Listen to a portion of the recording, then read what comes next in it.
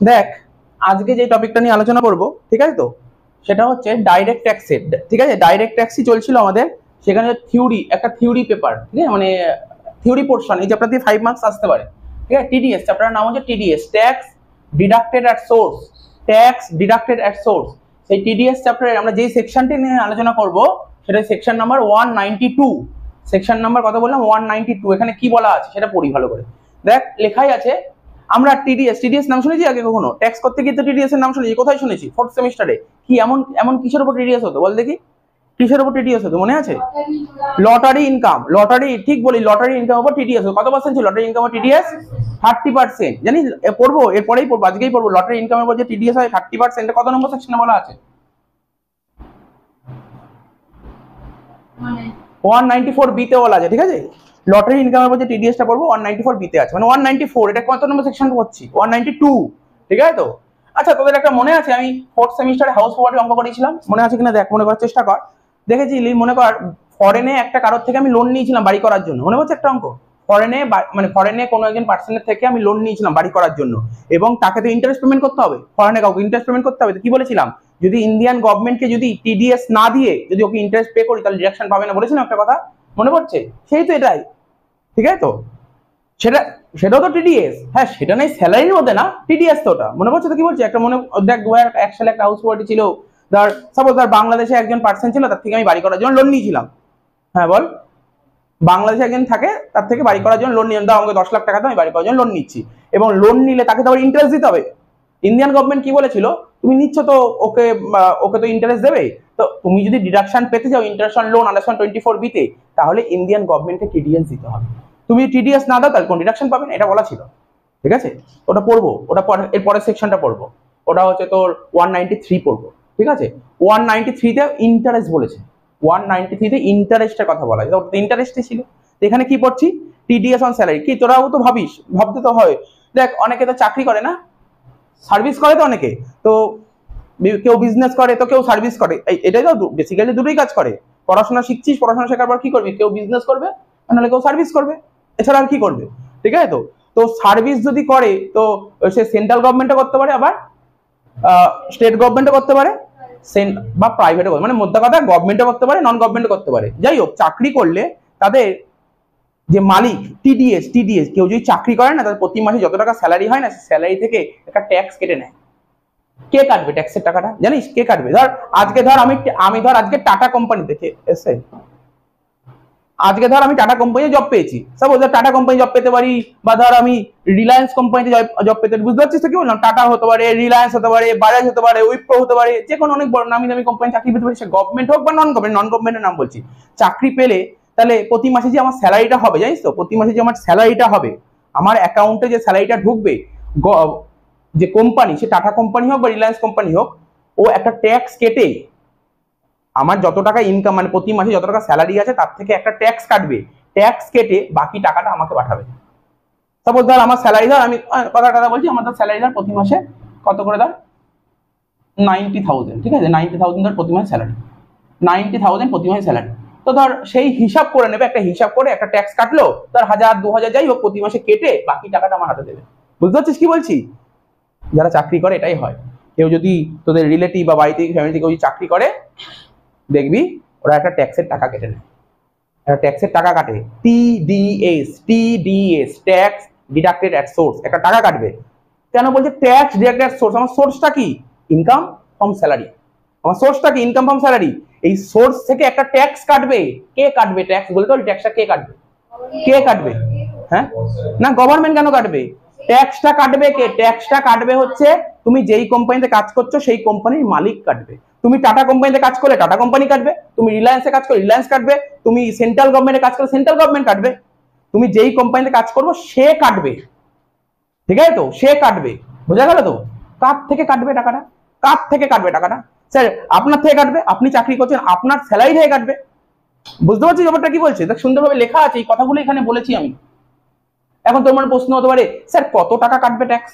কত টাকা ট্যাক্স কাটবে? আমরা যে উইনিং ফর্ম লটারিতে আপনি শিখিয়েছিলেন 30% ট্যাক্স কাটে, তাহলে এখানেও কি 30, 20, 50 এরকম কোনো ব্যাপার আছে? না, এরকম কোনো রুল নেই। কেন? তুই ভাব না, ধর আজকে ধর কেউ চাকরি করছে 5,000 টাকা করে স্যালারি পাচ্ছে, আবার ধর কেউ প্রতি মাসে তো 5 লাখ টাকা করে স্যালারি পাচ্ছে, তো সবার জন্য কি একই রেট হবে? হওয়া উচিত কখনো এক রেট, তাহলে এই এক রেট হলে তো তাহলে দেশের মধ্যে বৈষম্যতা বাড়বে, তাই না? তো এরকম হবে না। তাহলে এই যে তোর ছোটবেলায় বই ইকোনমিক্সে আয় বৈষম্য, ঠিক আছে, ভেরিয়েশন অফ ইনকাম পড়েছিল, তো ওটা হবে, ওই দেশে ওইগুলো হয়ে যাবে, এরকম করবে না। এর জন্য একটা রেট ফেলে দিয়েছে, এর জন্য একটা স্ল্যাব রেট, তার মানে ট্যাক্সটা কি হিসেবে কাটবে, টিডিএস অন স্যালারি স্ল্যাব রেটে কাটবে, স্ল্যাব রেট, বুঝতে পারলি? লজিকটা বোঝ কেন স্ল্যাবে কাটলো। তুই ভাব না, আজকে ধর আমি প্রতি মাসে স্যালারি পাচ্ছি 10,000 টাকা করে, ঠিক আছে, এবার অন্য একজন স্যালারি পাচ্ছে প্রতি মাসে 10 লাখ টাকা করে পায়, আবার কে পেতেই পারে, কেউ মাসে 10 লাখ টাকা করে স্যালারি পাচ্ছে, আবার কেউ মাসে 10,000 টাকা করে স্যালারি পাচ্ছে। তো যদি বলে তোমার জন্য 20% করে ট্যাক্স কাটবো, সবার জন্য 20%, তাহলে যে 10 লাখ টাকা পাচ্ছে তার তো লাভ বেশি, বুঝতে পারছিস তো? ওইভাবে কাটে না, স্ল্যাব রেটে কাটা হয়। এবার এক একটা করে পয়েন্ট বাই পয়েন্ট পড়বো। কি বলেছে? পেয়ার, ঠিক আছে তো? কি লেখা আছে? পেয়ার মানে বুঝতে পারছিস তো? পেয়ার মানে কে কাটবে ট্যাক্সটা, কে কাটবে? কোম্পানি কাটবে, ট্যাক্সটা কাটবে কে? কোম্পানি কাটবে। কোম্পানি বা ফার্ম, যে এখানে কি লেখা আছে? এনি পার্সন, ট্যাক্সটা যে কোনো পার্সন কাটতে পারে। পার্সনের ডেফিনেশন পড়েছিলাম আগে, individual, HUF, company, partnership, firm, local authority, যে কোনো পার্সন টাকা কাটতে পারে। যে কোনো পার্সন মানে তুই ভাব না, চিন্তা ভাবনা কর না, তুই লোকাল অথরিটির কাছে, মিউচুয়ালের কাজ করছিস, তো টাকা কি কোন টাটা কোম্পানি এসে কাটতে আসবে? লোকাল অথরিটি কাটবে। তো এইগুলো বুঝতে হবে, বুঝলি? তুই ফার্মে কাজ করছিস, টাকাটা কাটবে কে? ফার্ম কাটবে, বুঝতে পারছিস তো? তুই ধর ছোট্ট একটা সোনার দোকানে কাজ পেয়েছি, অ্যাকাউন্টস এর কাজ, তাহলে টাকাটা কাটবে কে? সোনার দোকানের মালিক কাটবে। বুঝতে হবে টাকাটা কাটবে কে? এনি পার্সন কাটতে পারে, ঠিক আছে? ব্র্যাকেটে এমপ্লয়ারই তো কাটছে। নেক্সট পেই, তাহলে কে? এই ট্যাক্সের টাকাটা কে দেবে? ট্যাক্সের টাকাটা? বল, ট্যাক্সের টাকাটা কে দেবে? ট্যাক্সের টাকাটা আমি দেবো, আমার স্যালারি থেকে কাটছে, আমিই দিচ্ছি, আমার থেকে ট্যাক্সের টাকাটা কেটে নিচ্ছে। আচ্ছা, তোদের মানে কখন প্রশ্ন উঠতে পারে, না উঠলে উঠবে আস্তে আস্তে। তো স্যার ধরুন মালিক আপনার অ্যাকাউন্ট থেকে টাকা কেটে নিয়েছে ট্যাক্সের টাকা, কিন্তু মালিক যদি টাকা জমা না করে, তাহলে শাস্তি কে পাবে? আপনি পাবেন না মালিক পাবে? মালিক পাবে। আমার অ্যাকাউন্ট থেকে টাকা শাস্তি আমি কেন? এই জন্য আমি কেন দায়বদ্ধ থাকবো? দায়বদ্ধ কে থাকবে? রেসপন্সিবিলিটি কে নেবে? মালিককে নিতে হবে। তো বুঝতে পারছিস তো? পেই কে? এমপ্লয়ি। আচ্ছা, এমপ্লয়ি মানে আমি, সে রেসিডেন্টও হতে পারি, আবার নন রেসিডেন্টও হতে পারি, বুঝতে পারছিস তো? রেসিডেন্ট হতে পারি, আবার নন রেসিডেন্টও হতে পারি। এই জিনিসগুলো পড়তে হবে। রেট কোনো ফিক্সড রেট নেই এখানে, স্ল্যাব রেট। কি রেট? স্ল্যাব রেট, ঠিক আছে? এবার তোকে এখন তোর মানে প্রশ্ন হলো, স্যার আমি না ধরুন স্যালারি পাচ্ছি প্রতি মাসে ধরুন 1 লাখ টাকা, বা বলবি স্যার আমার বাড়িতে দাদা হোক বা দিদি হোক প্রতি মাসে 80,000 টাকা করে স্যালারি পাচ্ছে, তাহলে ওর দিদিকে কত করে টিডিএস দিতে একটু বলে দিন না, তো বুঝে যাবে। এখনই বলবো, সমস্ত এক্সাম্পল দিয়ে বলে দেবো যে এত টাকা কত স্যালারি দেয়। এর কোনো ফিক্সড রেট নেই, স্ল্যাব রেটে টিডিএস কাটা হয়, ঠিক আছে? স্ল্যাব রেটে, ঠিক আছে তো? আর স্ল্যাব রেট জানিস তো কি? 2.5 লাখ টাকা। কি 2.5 লাখ টাকা অব্দি নীল, 2.5 লাখ থেকে নোট দিয়ে দেবো, নোট পিডিএফ আছে গ্রুপে, অলরেডি পিডিএফ করা আছে, ঢুকতে হবে না, ঠিক আছে? 2.5 লাখ থেকে 5 লাখ টাকা অব্দি 5%, 5 লাখ টাকা থেকে 10 লাখ টাকা অব্দি কত হচ্ছে মনে হচ্ছে? 20%, 10 লাখের উপরে 30%, হয়তো একই নিয়ম। নতুন কি নিয়ম আছে? কোনো নিয়ম নেই। এখন স্যার ধরুন পার্টনার, এটা তো আপনি ইন্ডিভিজুয়াল কথা বলি, পার্টনারশিপ ফার্মের রুল কি বলেছিলাম? 30%, ফ্ল্যাট রেট 30%, তো কি অসুবিধা? ওটাও তো স্ল্যাব রেট। আচ্ছা, কি আছে স্ল্যাব রেট? স্যার এইগুলো 4টে পয়েন্ট, 1 2 3 4। আমি এখন যদি একটা লাইন বলি না, মানে বলি না, কিছু বুঝতে পারবি? কিচ্ছু বুঝতে পারবি না, একটা লাইনে মানে বুঝতে পারবি না। আমি এই যে এখানে ইংলিশটা লেখা আছে, আমি যদি এটা ট্রান্সলেট করেও দিই তবু বুঝতে পারবি না, কিচ্ছু বুঝতে পারবি না, কিচ্ছু মাথায় ঢুকবে না, ঠিক আছে?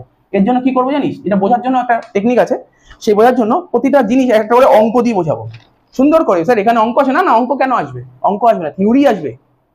তো অঙ্ক এক্সাম্পল ধরে ধরে বুঝতে হবে। যেমন দেখ কিভাবে করবো, দেখ সাপোজ ধর আমার উদাহরণটা তৈরি করা আছে, ধর টাটা কোম্পানি, ঠিক আছে? একটা করে উদাহরণ করবো, টাটা কোম্পানি, টাটা কোম্পানি, ঠিক আছে? আর এখানে ধর এমপ্লয়ির নাম কি? একটা এমপ্লয়ির নাম লিখ না, লেখ রোহিত, এমপ্লয়ির নাম কি? রোহিত। তাহলে টাটা কোম্পানিটা কি আমাদের এমপ্লয়ার? কি রে, কি বলতে পারি? টাটা কোম্পানিটা এমপ্লয়ার বলতে পারি তো? আর রোহিতটাকে এমপ্লয়ি, ঠিক আছে তো? তো ধর কি হয়েছে, ঘটনাটা কি ঘটেছে? টাটা কোম্পানিতে রোহিত জব করছে এবং ওর স্যালারি প্রতি মাসে কত করে জানিস তো? 70,000 পার মান্থ, 70,000, ঠিক আছে? প্রতি মাসে কত টাকা করে স্যালারি পাচ্ছে? 70,000 পার মান্থ। এটা তো নতুন করে বলার কিছু নেই, স্যালারিটা কে দেবে, কে পাবে, তো জানিস স্যালারিটা কে দেবে? স্যার দেবে তো টাটা কোম্পানি, পাবে কে? রোহিত পাবে। 70,000 পার মান্থ। তাই ভাব না, তুই চিন্তা ভাবনা কর, আর অন্য কোনো মাথার মধ্যে কোনো কোশ্চেন নিয়ে আসবি না। ও স্যালারি পাচ্ছে, এখন ধর স্যালারি ওর ইনকাম হলো, ধর ও আর কিছু ইনকাম করে না, রোহিত আর কিছু কাজবাজি করে না, আর কোনো কাজ করে না, কিচ্ছু করে না কাজ। ও শুধু চাকরি করে আর কিচ্ছু করে না, তাহলে ও যদি আর কিছু না করে ওর কোনো ইনকাম হবে? তাহলে স্যার কেন ও ব্যাংকে টাকা রাখতে পারে না? আর ব্যাংকে টাকাই রাখে না, ব্যাংকে টাকাই রাখে না, নাই তো রাখতে পারে। ও 70,000 টাকা পায়, 70,000 টাকা খেয়ে দিয়ে উড়িয়ে দেয়, ঠিক আছে? তো তো হতেই তো পারে, না হওয়ার কি আছে? তো 1 টাকাও ব্যাংকে রাখে না, তাহলে স্যার ও কেন কোনো ক্যাপিটাল অ্যাসেট কেনে না, শেয়ার কেনে না, কিচ্ছু কেনে না? ও কিছু টাকা না পায়, খায়, উড়িয়ে দেয়, ফেলে দেয়, ঠিক আছে? তো এরকম করে দেয়। তা স্যালারি কত করে পাচ্ছে? 70,000 টাকা করে প্রতি মাসে স্যালারি পায়, তাহলে বছরে কত পাচ্ছে? 70 × 12, 8,40,000, 8,40,000 স্যালারি পাচ্ছে, হ্যাঁ কি না? এখন বলি স্যার তাহলে ও কিছু ডিডাকশন নেবে না? মনের মধ্যে কোশ্চেন আছে, আরে মনে কর, মানে আমি এমন ভাবে তৈরি করেছি, ধর সমস্ত কিছু বাদ দিয়ে এটা হচ্ছে IFS, মানে বুঝতে পারছিস তো? মানে কথা বুঝতে পারছিস কি বলতে চাইছি? Income from salary, net salary, net. তুই তোদের মনে প্রশ্ন উঠতে পারে স্যার ডিডাকশন ছিল কি? তোদের ডিডাকশন ছিল তো? আচ্ছা যাই হোক, 1 মিনিট একটু একটা জিনিস বলছি। স্যালারি কত পেয়েছে? স্যালারি 70,000 টাকা করে পার মান্থ, যদি 70,000 টাকা করে হয় তাহলে বছরে স্যালারি পাচ্ছে 8,40,000। এবার স্যালারি থেকে একটা আমরা পেতাম না আন্ডার সেকশন 16IA, 16IA কত টাকা? 50,000 টাকা। তাহলে ইনকাম ফ্রম স্যালারি কত হলো? 7,90,000। এখন তুই বলতে পারিস যে স্যার ও তো আরো অনেক কিছু জায়গা থেকে ইনকাম করতে পারে, আমি অ্যাজাম্পশন করে নিয়েছি আর কোনো জায়গা থেকে ইনকাম করে না। আর কি কি জায়গা হতে পারে? Sir house property. ও হ্যাঁ, হাউস প্রপার্টি। মনে কর না হাউস প্রপার্টি, ওর নিজে যেই বাড়িতে আছে সেই বাড়িতেই বসবাস করে, কোনো ভাড়া দেয়নি, বলছে আমি নিজের বাড়িতে ভাড়া দেবো কেন? ওর মনে ইচ্ছা যে ভাড়া দেবো না, দেয়নি, জায়গা নেই। আর স্যার ব্যাংকে ওর আদার সোর্স থাকতে পারে না, আদার সোর্সে কোনো ইনকামই নেই, হতেই পারে। ক্যাপিটাল গেন কিচ্ছু নেই, বিজনেস, ও সারাদিন চাকরি করে, বিজনেস করার সময়ই নেই, বুঝতে পারছিস তো? তাহলে আর কোনো ইনকাম নেই, তাহলে ওর ওর এটাই তো ইনকাম হয়ে গেল, মেন টোটাল ইনকাম তো এটাই। কি স্যার কেন ডিডাকশন পেতে হবে না? আন্ডার 80 থেকে আন্ডার 80-র মধ্যে যে সমস্ত ডিডাকশন, মনে কর ডিডাকশন নেয়নি কিছু, কি করে নেবে? যদি সেই সমস্ত জায়গায় টাকা না ফেলে ডিডাকশন পাবে? তো ডিডাকশন নেই, তাহলে এটাই IFS, মানে সরি টোটাল ইনকাম। বুঝাতে পারলাম তো? তাহলে এই ইনকামের উপর ট্যাক্স দিতে হবে তো গভর্নমেন্টকে, কি এই ইনকামের গভর্নমেন্টকে ট্যাক্স দিতে হবে তো? কত টাকা ট্যাক্স দিতে হবে হিসাব করে বল। দেখ আমরা কিন্তু খুব ডিটেলস এখানে বোঝানোর দরকারই নেই, কারণ আমরা বুঝে গেছি 7,90,000 মুখে বলবো 7,90,000 কত টাকা ট্যাক্স দিতে হবে। দেখ 12,500 কত অব্দি? 12,500 বল দেখি ডাইরেক্ট। 5 লাখ টাকা অব্দি, 5 লাখ টাকা অব্দি 12,500, 2.5 লাখ টাকা অব্দি ফ্রি, 2.5 লাখ থেকে 5 লাখ অব্দি 5%, মানে 12,500। তাহলে 5 লাখ টাকা অব্দি 12,500, বাকি রইলো কত? 2,90,000। 2,90,000 এর উপর 20% কর, 20% কর, 2,90,000 20% কর, 2,90,000 এর উপর 20% কর, তার মানে 0, 12,500 আর 58,000, 70,500 প্লাস 4% কর, করে বল কত হচ্ছে?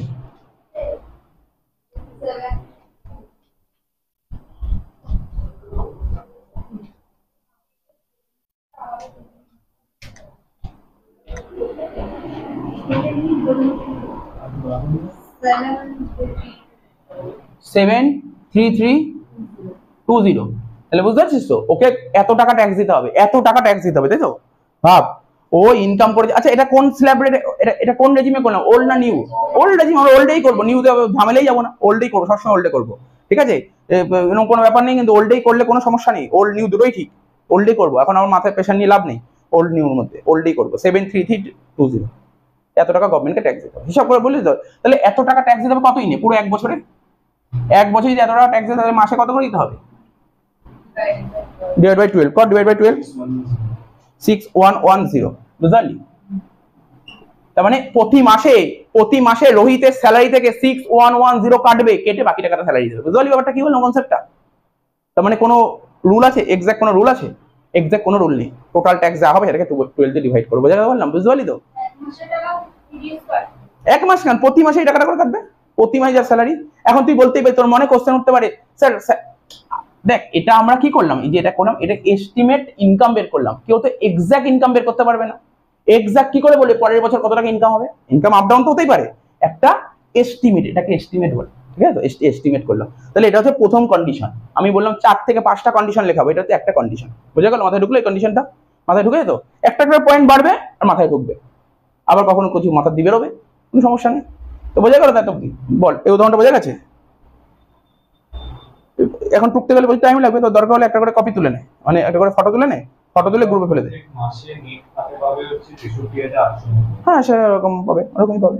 তোরা মনে করে আগে যখন 4th সেমিস্টারে স্যালারি অঙ্ক করেছিলি, 4th সেমিস্টারে যখন স্যালারি অঙ্ক করেছিলি, মনে কর 4th সেমিস্টারে যখন স্যালারি অঙ্ক করেছিলি, লেখা থাকতে মনে পড়ে net salary after deduction, TDS, professional tax, ঠিক আছে তো, এগুলো সব লেখা থাকতো তো ওরকমই।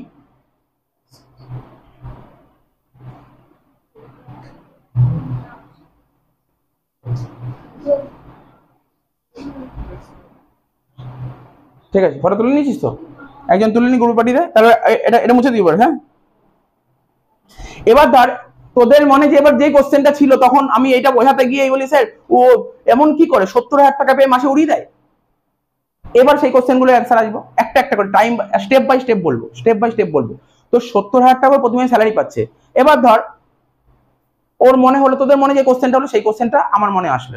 এবার আমার মনে কোশ্চেন আসলো, ও কি পুরো টাকায় কি খেয়ে ফেলে না, দেখি কি করে। এবার এবার কি করে, উদাহরণটা চেঞ্জ করে দিচ্ছি এবার, ঠিক আছে? ভালো করে শোন। ও ধর ভালো করে ধর, এই যে রোহিত, রোহিত যে একজন এমপ্লয়ি আছে, ওর মালিককে বলছে, মালিকের নাম কে, টাটা কোম্পানি, তাই তো? টাটা কোম্পানি, টাটা কোম্পানিকে বলছে যে আমি না শুধু চাকরি করেই পাই না, মানে দেখ না, রোহিত স্যালারি থেকে যা কামাবে সেই সব ইনফরমেশন এর কাছে থাকবে কি থাকবে না বল দেখি? সব ইনফরমেশন ওর কাছে থাকবে, কিন্তু ও অন্যান্য কোন হেড থেকে কি ইনকাম করছে সেই ইনফরমেশন ওর কাছে থাকবে না। তখন রোহিত টাটা কোম্পানিকে বললো, টাটা কোম্পানিকে বললো দেখো আমার তো আমি আরো অনেক জায়গা থেকে ইনকাম করি, সেই ইনকামের ইনফরমেশন যদি তোমাকে দিই তাহলে তুমি কি সেইগুলো কি করতে পারবে? বলছে হ্যাঁ, তোমাকে যদি কোনো ইনফরমেশন থাকে তুমি আমাকে দাও। বুঝতে পারলি কথাটা কি বললাম? কথাটা কি বললাম বুঝতে পারলি? ধর আমি ধর টাটা কোম্পানিতে কাজ করছি, টাটা কোম্পানিতে কাজ করছি, আমি স্যালারি পেতাম, এর ইনফরমেশন তো মালিকের কাছে আছেই। এবার ধর আমি সাপোজ ধর আমার বাড়িতে ভাড়া দিয়েছি, মালিকের কাছে জানা সম্ভব নয়। আমি ভাড়া দিয়েছি, আমি মালিককে বললাম মালিক আমি না প্রতি মাসে বাড়ি ভাড়া দিই, প্রতি মাসে 5,000 টাকা করে পাই, তাহলে 12 মাসে 60,000 টাকা পাই। তাহলে এই ইনফরমেশনটা যদি আমি আপনাকে দিই তাহলে কি আপনি কি আমার ট্যাক্সটা রিটার্ন ফাইল আপনি সাবমিট করে দিতে পারবেন সব? বলছে হ্যাঁ, তুমি যদি এরকম করো তাহলে দাও আমাকে ইনফরমেশন দাও। তুমি যদি ইনফরমেশন না দাও, মনের মধ্যে রেখে দাও, আমি কি করে জানবো তুমি কি বাড়ি ভাড়া দিয়েছো নাকি তুমি বিজনেস করো কিনা? বুঝতে পারছিস তো? তুমি কোনো শেয়ারে টাকা লাগানো আছে কিনা, বুঝতে পারছিস তো?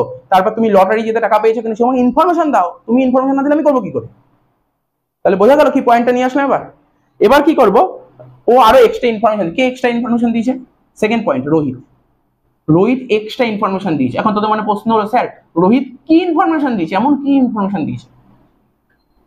রোহিত ইনফরমেশন দিয়েছে যে IFOS, income from other source. বলছে আদার সোর্স, আদার সোর্স একটা সিম্পল একটা এক্সাম্পল তোদের বুঝতে সুবিধা হবে, ব্যাংক ইন্টারেস্ট, আরো অনেক হতে পারে, আরো অনেক কিছু হতে পারে। আদার সোর্স থেকে ও ধর ইনকাম হয়েছে 90,000 টাকা, ও মালিককে ইনফরমেশনটা দিয়ে মালিককে বলেছে আমার না আদার সোর্স থেকে 90,000 টাকা কামিয়েছি। হয়তো ডাইরেক্ট বললো না আদার সোর্স থেকে 90,000 টাকা কামিয়েছি, সমস্ত বলে দিল আমি ব্যাংক ইন্টারেস্ট থেকে এত পেয়েছি, আমি লটারি থেকে এত পেয়েছি, সমস্ত ডিটেলস আস্তে আস্তে অল্প অল্প করে বলে দিল। ঠিক আছে তো, হয়ে গেল। আর কি হতে পারে, ইনকাম ফ্রম বিজনেস। ও মালিককে বললো দেখো আমি তো তোমার কাছে কাজ করি, কাজ শেষ হয়ে যায় 6টার মধ্যে, কাজ শেষ হয়ে যায় 10টা থেকে 6টার মধ্যে কাজ শেষ হয়ে যায়, তো বাড়িতে বসে থাকবো নাকি, ভালো তো বেকার বসে কি হবে, ব্লকে বসে আড্ডা মেরে লাভ নেই। তো আমি 7টা দিয়ে আমি একটা বিজনেস করি, 7টা থেকে 11টা অব্দি একটা বিজনেস করি। ঠিক আছে, সেই বিজনেস সারা বছর ধরে করেছি, বিজনেসটা এই বছর ভালো যায়নি, আমি 50,000 টাকা কামিয়ে করেছি, বিজনেস থেকে 50,000 টাকা কামিয়েছি। বলছে দাও ইনফরমেশন দাও, সমস্ত ইনফরমেশন দিতে হবে। কি বললেন বুঝতে পারলি? বিজনেস থেকে 50,000 টাকা কামিয়েছি, কি কি কোশ্চেন করবি? বলবি স্যার 7টা দিয়ে এসে ওর কি টায়ার্ডনেস লাগবে না, ও কি করে বিজনেস করছে, আমাদের জানার দরকার আছে? এর কোনো জানার দরকার? মনে কর না ও বিজনেস করেই না, ও অনলাইন বিজনেস খুলে ফেলেছে, লোক রেখে দিয়েছে, ডেলিভারি বয় রেখে দিয়েছে, ওর কামিয়ে যাচ্ছে, কি হতে পারে না? হতে পারে না? আচ্ছা ঠিক আছে তো, 50,000 টাকা। তাহলে এবার বল এবার কি করবি? তাহলে লিখছি, শোন অঙ্কটা করছি, ইনকাম ফ্রম স্যালারি, স্যালারি থেকে কত কামিয়েছে স্যার, কেন আগেই তো ছিল, কত ছিল বল?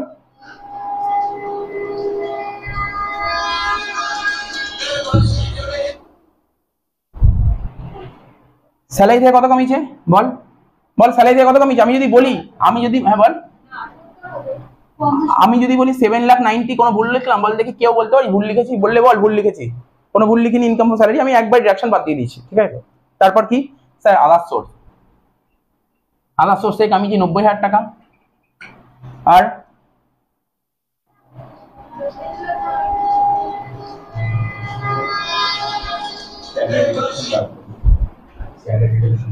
ইনকাম ফ্রম বিজনেস, বিজনেস থেকে কত কামিয়েছি?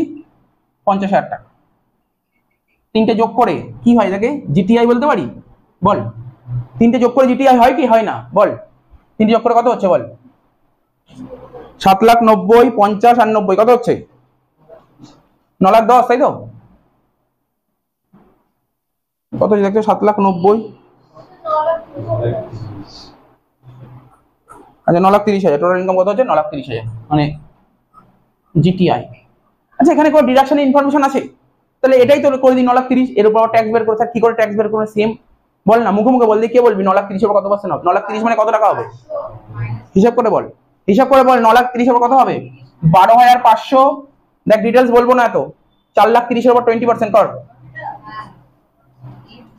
4,30,000 উপর 20% কর, কত হচ্ছে? কত হচ্ছে? 98,500 প্লাস 4% কর, কত হচ্ছে?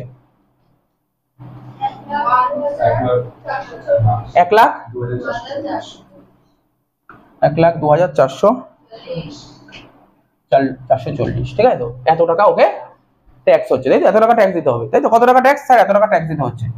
এই টাকাটাই টিডিএস কত হবে ওর per month? TDS per month, ঠিক আছে? এটা 440/12। যাই হোক আমি আর লিখলাম না, বুঝতে পারলি তো কি হবে? বুঝতে পারলি তো? তাহলে আগের কোশ্চেনের সঙ্গে এই কোশ্চেন এই আসছে, আগের কোশ্চেনের সঙ্গে এই কোশ্চেনটা কি অ্যাড হলো? নতুন রোহিত কিছু ইনফরমেশন দিয়েছে। কাকে দিয়েছে? মালিককে দিয়েছে। তো মালিক সেইগুলোকে কনসিডার করবে, এক্সট্রা কোনো ইনফরমেশন দিলে কনসিডার করবে। কি বললাম বোঝা গেল? এই যে তোকে যা বলছি, তোদের এই বইতে লেখা আছে, এইগুলোই লেখা আছে। আর যারা সিএ পড়বে তাদের এই পড়তে হবে, বাইরে একটা লাইনও ওরা পড়বে না। যা বলি এর বাইরে একটা লাইনও পড়বে না, এটাই পড়বে ওরা, ঠিক আছে তো? তো দেখ হয়ে গেল তোর পয়েন্ট। তাহলে বল, এটা বোঝা গেল? দুটো এক্সাম্পল হলো, এবার 3 নম্বর এক্সাম্পলে যাবো, ঠিক আছে তো? 3 নম্বর এক্সাম্পলে এই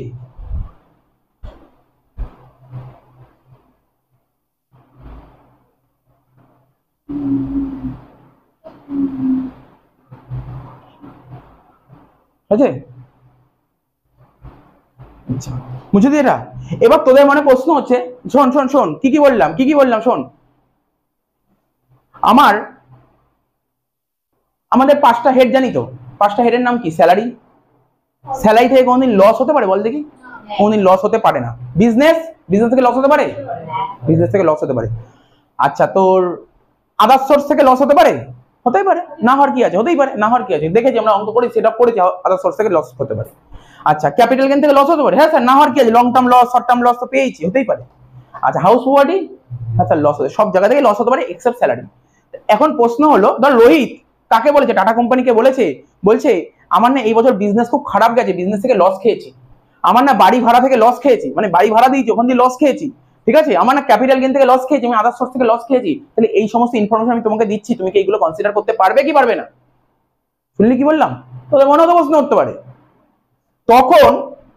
তখন ও কি বললো? টাটা কোম্পানি বললো না না, কোম্পানি আইন আছে, সরি ইনকাম ট্যাক্সের একটা রুল আছে, ইনকাম ট্যাক্সে পরিষ্কারভাবে বলা দিয়েছে, কোর্টে পরিষ্কারভাবে বলা আছে যে না, তুমি তোমার এমপ্লয়ি ইনফরমেশন দেয়, তুমি সেই সমস্ত ইনফরমেশন কালেক্ট করতে পারবে, কিন্তু সমস্ত লস তুমি কভার করতে পারবে না।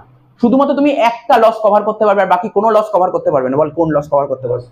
হাউস প্রপার্টি লস হলে কভার করতে পারবে, আর কোনো লস তুমি কভার করতে পারবে না।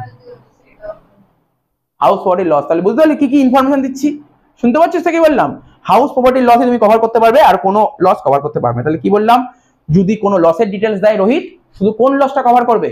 হাউস প্রপার্টির লস কভার করবে, আর কোনো লস কভার করতে পারবে না। নেক্সট কোশ্চেন, নেক্সট পয়েন্ট বললাম ডিডাকশন।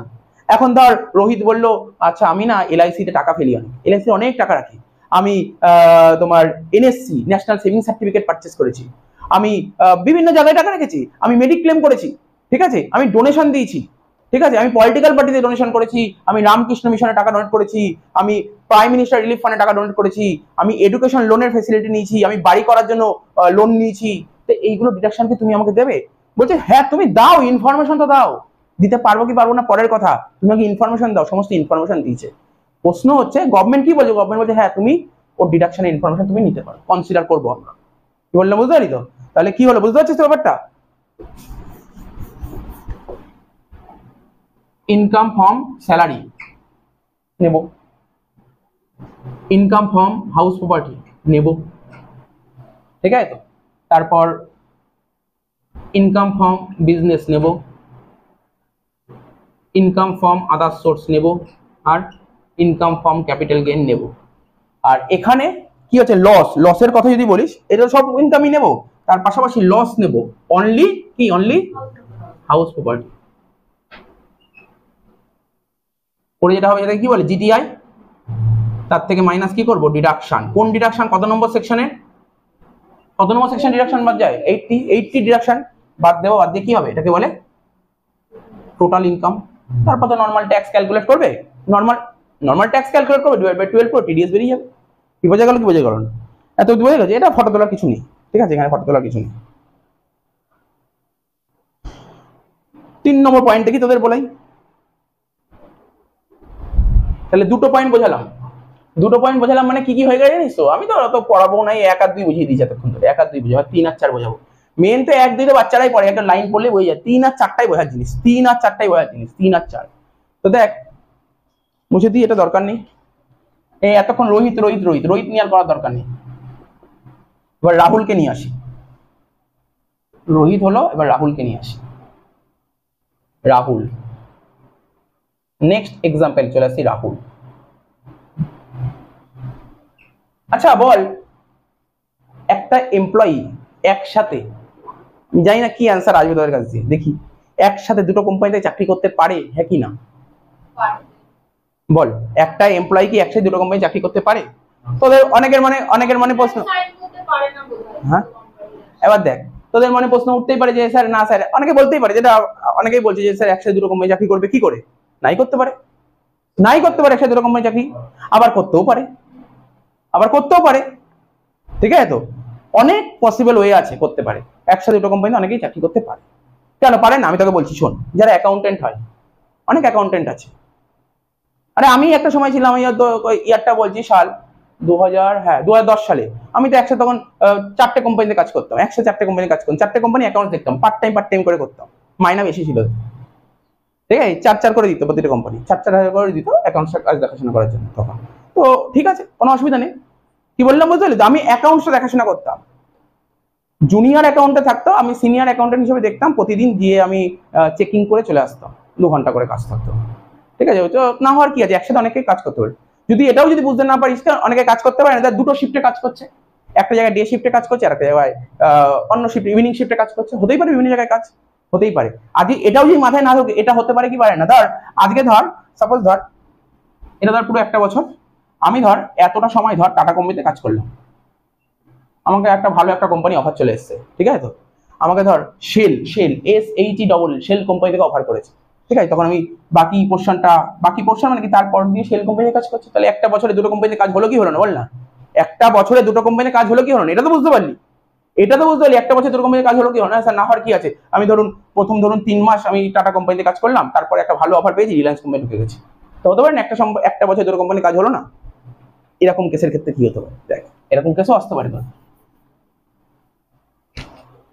তো দেখ, রাহুলটাকে বলতে হবে, রাহুলটা হচ্ছে ডবল-ই, মানে বুঝতে পারলি তো, এমপ্লয়, আর বারবার করে লিখবো না। আর এখানে একটা লিখছি সান কোম্পানি, আর এটা মুন কোম্পানি। তো রাহুল একসাথে দুটো কোম্পানি কাজ করছে, একটা সান কোম্পানি আর একটা মুন কোম্পানিতে কাজ করছে, ঠিক আছে? তো সানটাকে স্যার ইআর, মুনটাকে ইআর, ঠিক আছে? তো সান কোম্পানি থেকে স্যালারি পাচ্ছে, ভালো করে বুঝবি কিন্তু, কোশ্চেন করবে এখানটায়। সান কোম্পানি থেকে স্যালারি পাচ্ছে 6 লাখ, স্যার মুন থেকে স্যালারি কত পাচ্ছে? কত বলবো?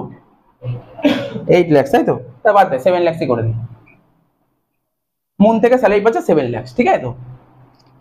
তো বোঝা গেল। তো এটা যদি হয়, এর উপর তো একটা ট্যাক্স হবে, কি রে? এর উপর ট্যাক্স হবে তো একটা, সানে কাজ করছে তার জন্য একটা ট্যাক্স হবে, হিসাব কর, বল 6 লাখ টাকা হিসাব করে ফেল তোরা, এর উপর একটা ট্যাক্স হিসাব করে বল কত হচ্ছে, করে বল কত হচ্ছে।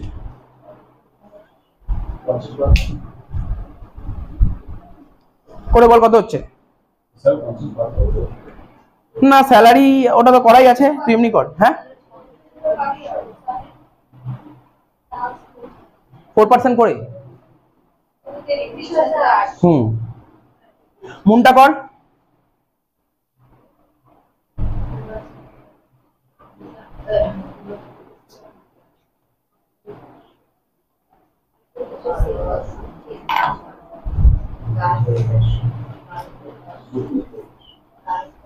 এখানে বললি 33,800, আর মুনে কত হচ্ছে? 54,600। বুঝিস কিন্তু, কোশ্চেন করবো কিন্তু এক্ষুনি। তাহলে সান কোম্পানি ওর থেকে কত টাকা ট্যাক্স কেটে নেবে বল? এত টাকা ট্যাক্স কেটে নিয়ে গভর্নমেন্টকে জমা করবে। আর মুন কোম্পানি কত টাকা কাটবে ট্যাক্স থেকে? স্যার এত টাকা কেটে নিয়ে গভর্নমেন্টকে জমা করবে। তাহলে এই ভদ্রলোককে রাহুলকে বছরে কত টাকা ট্যাক্স দিতে হচ্ছে? এই দুটো যোগ কর নাকি, হ্যাঁ কি না? যোগ কর, দুটো যোগ কর, কত টাকা ট্যাক্স দিতে হচ্ছে? এত টাকা ট্যাক্স দিতে হচ্ছে 88,400 ট্যাক্স দিতে হচ্ছে, তাই তো? ক্লিয়ার হয়ে যাবে অবধি? 88,400 ট্যাক্স দিতে হচ্ছে। এবার যখন রিটার্ন ফাইল করা হবে, রাহুল যখন রিটার্ন ফাইল করবে, টিডিএস তো ট্যাক্স তো ওর কোম্পানি জমা করে দিচ্ছে, কিন্তু যখন রিটার্ন ফাইল কে করবে? রিটার্ন ফাইল রাহুলকেই করতে হবে। ওর রিটার্ন ফাইল কবে করবে? আচ্ছা রাহুল কবে রিটার্ন ফাইল করবে বল দেখি, বলতে পারবি কেউ? দেখি কে বলতে পারবে? 31 জুলাই।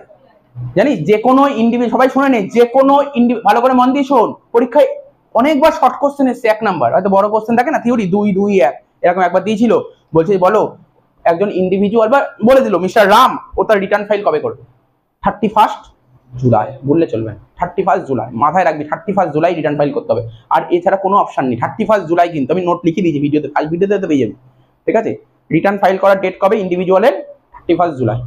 এই যে আমি আমার তো ইনকাম করতে আমাকে তো রিটার্ন ফাইল জমা করতে হবে, 31 জুলাইয়ের মধ্যে রিটার্ন ফাইল করেছি আমি। কত তারিখ করলাম? হ্যাঁ 26 তারিখ ফাইল জমা করে দিয়েছি, রিটার্ন ফাইল 26 তারিখ। স্যার যদি জমা না করতেন, ওই সব থিওরিগুলো পড়বি, সব ফাইল যদি 31 অক্টোবর মধ্যে জমা করতে না পারিস, ইন্টারেস্ট কাটবে, ইন্টারেস্ট দিতে হবে জুলাইয়ের মধ্যে, ঠিক আছে তো? স্যার জুলাইয়ের জায়গায় যদি আমি রিটার্ন ফাইলটা জুলাইয়ের জায়গায় যদি আমি আগস্টে দিই, 1 মাসে ইন্টারেস্ট নেবে। তুই জানিস জুলাইয়ের জায়গায় যদি 31 জুলাই রিটার্ন ফাইল করতে হবে, যদি আগস্টের 2 তারিখ রিটার্ন ফাইল জমা করিস, 1 মাসে ইন্টারেস্ট নেবে। স্যার 2 দিনের জন্য? হ্যাঁ, এখানে কোনো রকম ব্যাপার নেই, 2 দিনের ইন্টারেস্ট নেবে, পুরো 1 মাসের। বুঝতে পারলি ব্যাপারটা? মাথায় ঢুকছে কি? অনেকে বলতে পারে স্যার 2 দিন, না বুঝতে পারছি না 2 দিনটাকে 1 মাস কেন ধরলে? এটাই নিয়ম বলেছে গভর্নমেন্ট, বুঝতে পারলি? এটাই আমি বলছিলাম বারবার করে, থিওরিটা পড়ে আসবে তাহলে ইন্টারেস্ট করাতে খুব সুবিধা হবে, এগুলো করা আছে। যাই হোক, বুঝতে পারলি? তাহলে ও যখন রিটার্ন ফাইল জমা করবে, বল, রাহুল যখন ফাইলটা জমা করবে, তখন ওর ইনকাম কত দেখাবে বল? কি দেখাবে? আমি এখানে ছোট করে বলছি, ইনকাম ফ্রম স্যালারি। ও কত বলবে ইনকাম ফ্রম স্যালারি বলতে পারবি? 13 লাখ টাকা, 13 লাখ টাকা ইনকাম বলবে, ঠিক? টোটাল ইনকাম 13 লাখ টাকা, ডিডাকশন তো নেই এখানে, 13 লাখ টাকা টোটাল ইনকাম। তাহলে এর উপর ট্যাক্স বের করতে হবে, বল ডাইরেক্ট কর, ট্যাক্স কত হবে? ট্যাক্স কত হবে? 12,500, আর ওইদিকে হচ্ছে তোর 5 লাখের 20% মানে 1 লাখ, 1,12,500 আর 3 লাখের 30% মানে হচ্ছে 90,000। তাহলে 1,12,500 আর 90,000 মানে 2 লাখ, কত হচ্ছে? 2,02,500 প্লাস 4% কর, প্লাস 4% 8,100 প্লাস 4% 8,100। বুঝতে পারছিস তো? টোটাল করে বল কত হচ্ছে? 2,10,600। ঠিক আছে, এদিক টাকা বাদ দে, সময় নষ্ট করিস না। তাহলে কত হলো হিসাব করে দেখ। ইন্ডিভিজুয়াল যখন করলাম তখন আমার ট্যাক্স দিতে হচ্ছে এত টাকা, আর যখন একবারে করলাম তখন ট্যাক্স দিতে হচ্ছে 2,10,600। এত কেন ডিফারেন্স বলতে পারবি? কি মনে হচ্ছে কেন? কারণটা কি? কি কারণে এত টাকা ডিফারেন্স হলো? এখানে 88 আর এখানে 2,10,600, কি কারণ? এর পেছনে লজিকটা কি? এখানে ব্যাপারটা শোন, এখানে তুই একবার 2.5 লাখ টাকা ছুট নিয়েছিস, এখানেও 2.5 লাখ টাকা ছুট নিয়েছিস, টোটাল 5 লাখ টাকা ছুট নিয়েছিস, কিন্তু এখানে তুই 2.5 লাখ টাকা ছুট, এই কারণের জন্য এটা হয়েছে, ঠিক আছে তো? এরকম কেসের ক্ষেত্রে, ঠিক আছে, এরকম এই কারণের জন্য জানিস তো, দেখ তোর এখানে 88,400 হচ্ছে আর এখানে 2,10,600 হচ্ছে। তুই যদি ট্যাক্সের বেনিফিট পেতে যাস, সবাই পায়, আমি যদি এরকম যদি আমার সিচুয়েশন হয়, আমি অবশ্যই আমাকে দেখতে হবে যাতে গভর্নমেন্টকে ট্যাক্স, সবাই জানিস যারা চাকরি করে না তাদের প্রচুর ট্যাক্স হয়, ওরা সবাই চেষ্টা করে কি করে গভর্নমেন্টকে ট্যাক্স কম দেওয়া যায়। ভাব না, এত টাকা ট্যাক্স দিতে হবে, এত টাকা ইনকাম করে, সারা বছর 13 লাখ টাকা ইনকাম করে 2 লাখ টাকা গভর্নমেন্টকে ট্যাক্স দিয়ে দেয়, বাকিটা 11 লাখ টাকার কাছে রইলো। কেউ চায় না গভর্নমেন্টকে বেশি ট্যাক্স দিতে, চেষ্টা করে যতটা কম ট্যাক্স দেওয়া যায়, ও চেষ্টা করবে ট্যাক্স যাতে গভর্নমেন্টকে, ঠিক আছে, ও চেষ্টা করে। কিছু বুঝতে অসুবিধা হচ্ছে তোর? হ্যাঁ বল কোনটা? না আমি একবারে মনেই করে নিলাম ওটা নেট। আমি বেশি মানে কনফিউশনে যাচ্ছি না এখন, নর্মালটা ওইগুলো তো আমরা জানি সব। হ্যাঁ তো এটা নেট করে দিয়েছে, এটা নেট করা আছে, তুই কনফিউশন করিস না, তুই ভাবছিস যে ওখানে 50,000 টাকা বাদ যেত, আমি নেট বলেছি ইনকাম ফ্রম স্যালারি, ঠিক আছে তো? তো যেটা বলছিলাম, কেউই চায় না গভর্নমেন্টকে বেশি ট্যাক্স দিতে, ঠিক আছে তো? তো আমি বা এখানে রাহুল কেন যাবে গভর্নমেন্টকে বেশি ট্যাক্স দিতে? তো এক্ষেত্রেও যদি এই বেনিফিট নিতে যায় না, ওর কিন্তু সেক্ষেত্রে একটা কাজ করতে হবে। কি করতে হবে? ও সান কোম্পানি যদি চাকরি করে, তার ইনফরমেশন ওকে মুন কোম্পানিকে দিতে হবে। কি বললাম বুঝলি? কি ইনফরমেশন দেবে? বলবে যে সান কোম্পানি থেকে আমাকে বছরে এত টাকা স্যালারি দেয় এবং সান কোম্পানি আমার থেকে এত টাকা টিডিএস কেটেছে। বা এরকম করতে হবে, মুন কোম্পানিকে, ও কি করলো, সান কোম্পানি মুন কোম্পানিকে ইনফরমেশন, বা উল্টো তো হতে পারে, মুন কোম্পানি যত সমস্ত ইনফরমেশন ও সান কোম্পানিকে দেবে। যে কোনো একটা কাজ করতে হবে, যে কোনো একটা কাজ করতে হবে। বুঝতে পারলি ব্যাপারটা কি বলতে চাইছি না? বুঝতে পারছিস না? এই ইনফরমেশনটা দিতে হবে, ঠিক আছে? এই ইনফরমেশনটা ওকে দিতে হবে, এটাই এখানে বলতে চেয়েছে।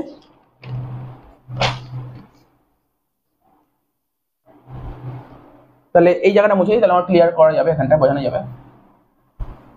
কি হয়েছে, ধর এরকম কোনো ব্যাপার নেই, এই কোম্পানির ইনফরমেশন এই কোম্পানিকে দিতে পারে, বা এই কোম্পানির ইনফরমেশন এই কোম্পানিকে দিতে পারে। আমি মনে করছি সানের ইনফরমেশন ও কাকে দিচ্ছে? মুনকে দিচ্ছে। সানের ইনফরমেশন কাকে দিচ্ছে? ও মুনকে দিচ্ছে। তাহলে দেখ স্যালারিটা কেমন হবে? ইনকাম ফ্রম স্যালারি, সান থেকে স্যালারি পেয়েছে কত? 6। মুন থেকে স্যালারি পেয়েছে কত? 7। টোটাল স্যালারি কত হলো বল? টোটাল স্যালারি 13 লাখ, মানে টোটাল স্যালারি মানে টোটাল ইনকামটা হলো 13 লাখ টাকা।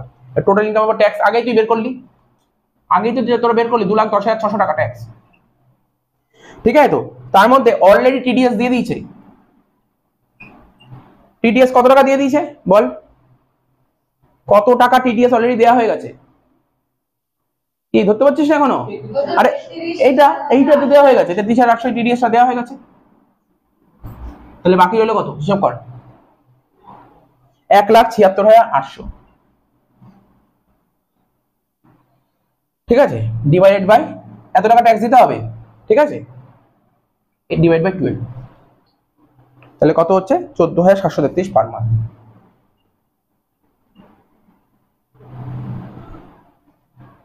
বুঝতে পারলি ব্যাপারটা? পুরো মাথায় ঢুকলে তো ব্যাপারটা কি হলো? এই সিস্টেমটা ওকে মাথায় রাখতে হবে। এইগুলো নোটগুলো লেখা আছে, আমি 3 নম্বর নোটটা কি লেখা আছে আমি তোকে বলে দিচ্ছি, পরে বলেছি একটু পরে। আচ্ছা দেখেই নে না, 1 নম্বর পয়েন্টটা পড়ে নে, কি বলেছে?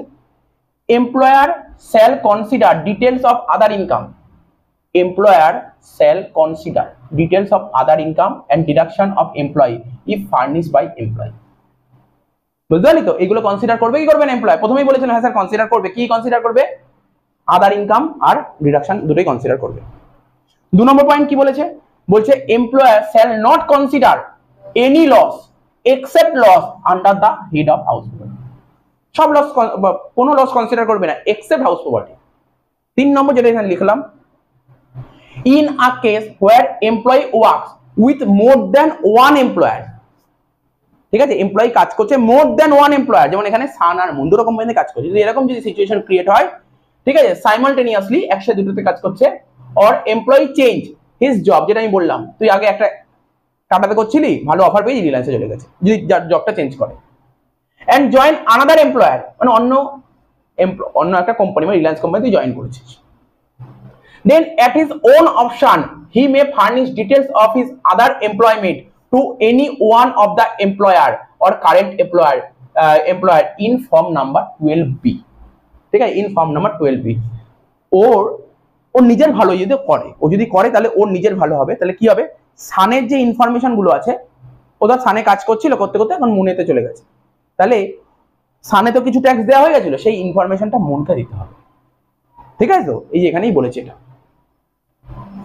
আদার employment to any one of the employer, মানে যে কোনো একটা কোম্পানির ইনফরমেশন অন্য একটা কোম্পানিকে দিয়ে দেবে, ঠিক আছে? তো ইন ফর্ম নাম্বার, এবং এটা 12b তে, 12b এর জন্য অ্যাপ্লাই করতে পারবে, 12b ফর্ম নাম্বার 12b, ঠিক আছে? ফর্ম নাম্বার 12b, ঠিক আছে? তো এটা মাথায় রাখতে হবে। আচ্ছা, এরপরে যেটা লেখা আছে সেটা আমি বলছি, এটা বোঝা গেল তো? এটা ফটো তোলার কিছু, দেখ তুলতে পারিস, না তুললেও তুলতে পারিস।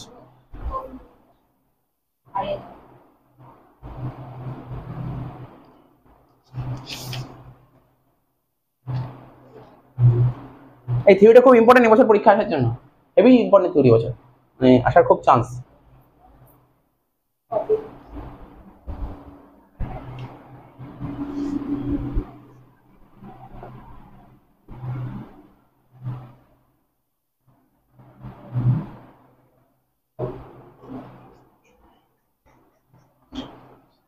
আচ্ছা, তার পরের এক্সাম্পলটা খুব ভালো এক্সাম্পল, ঠিক আছে?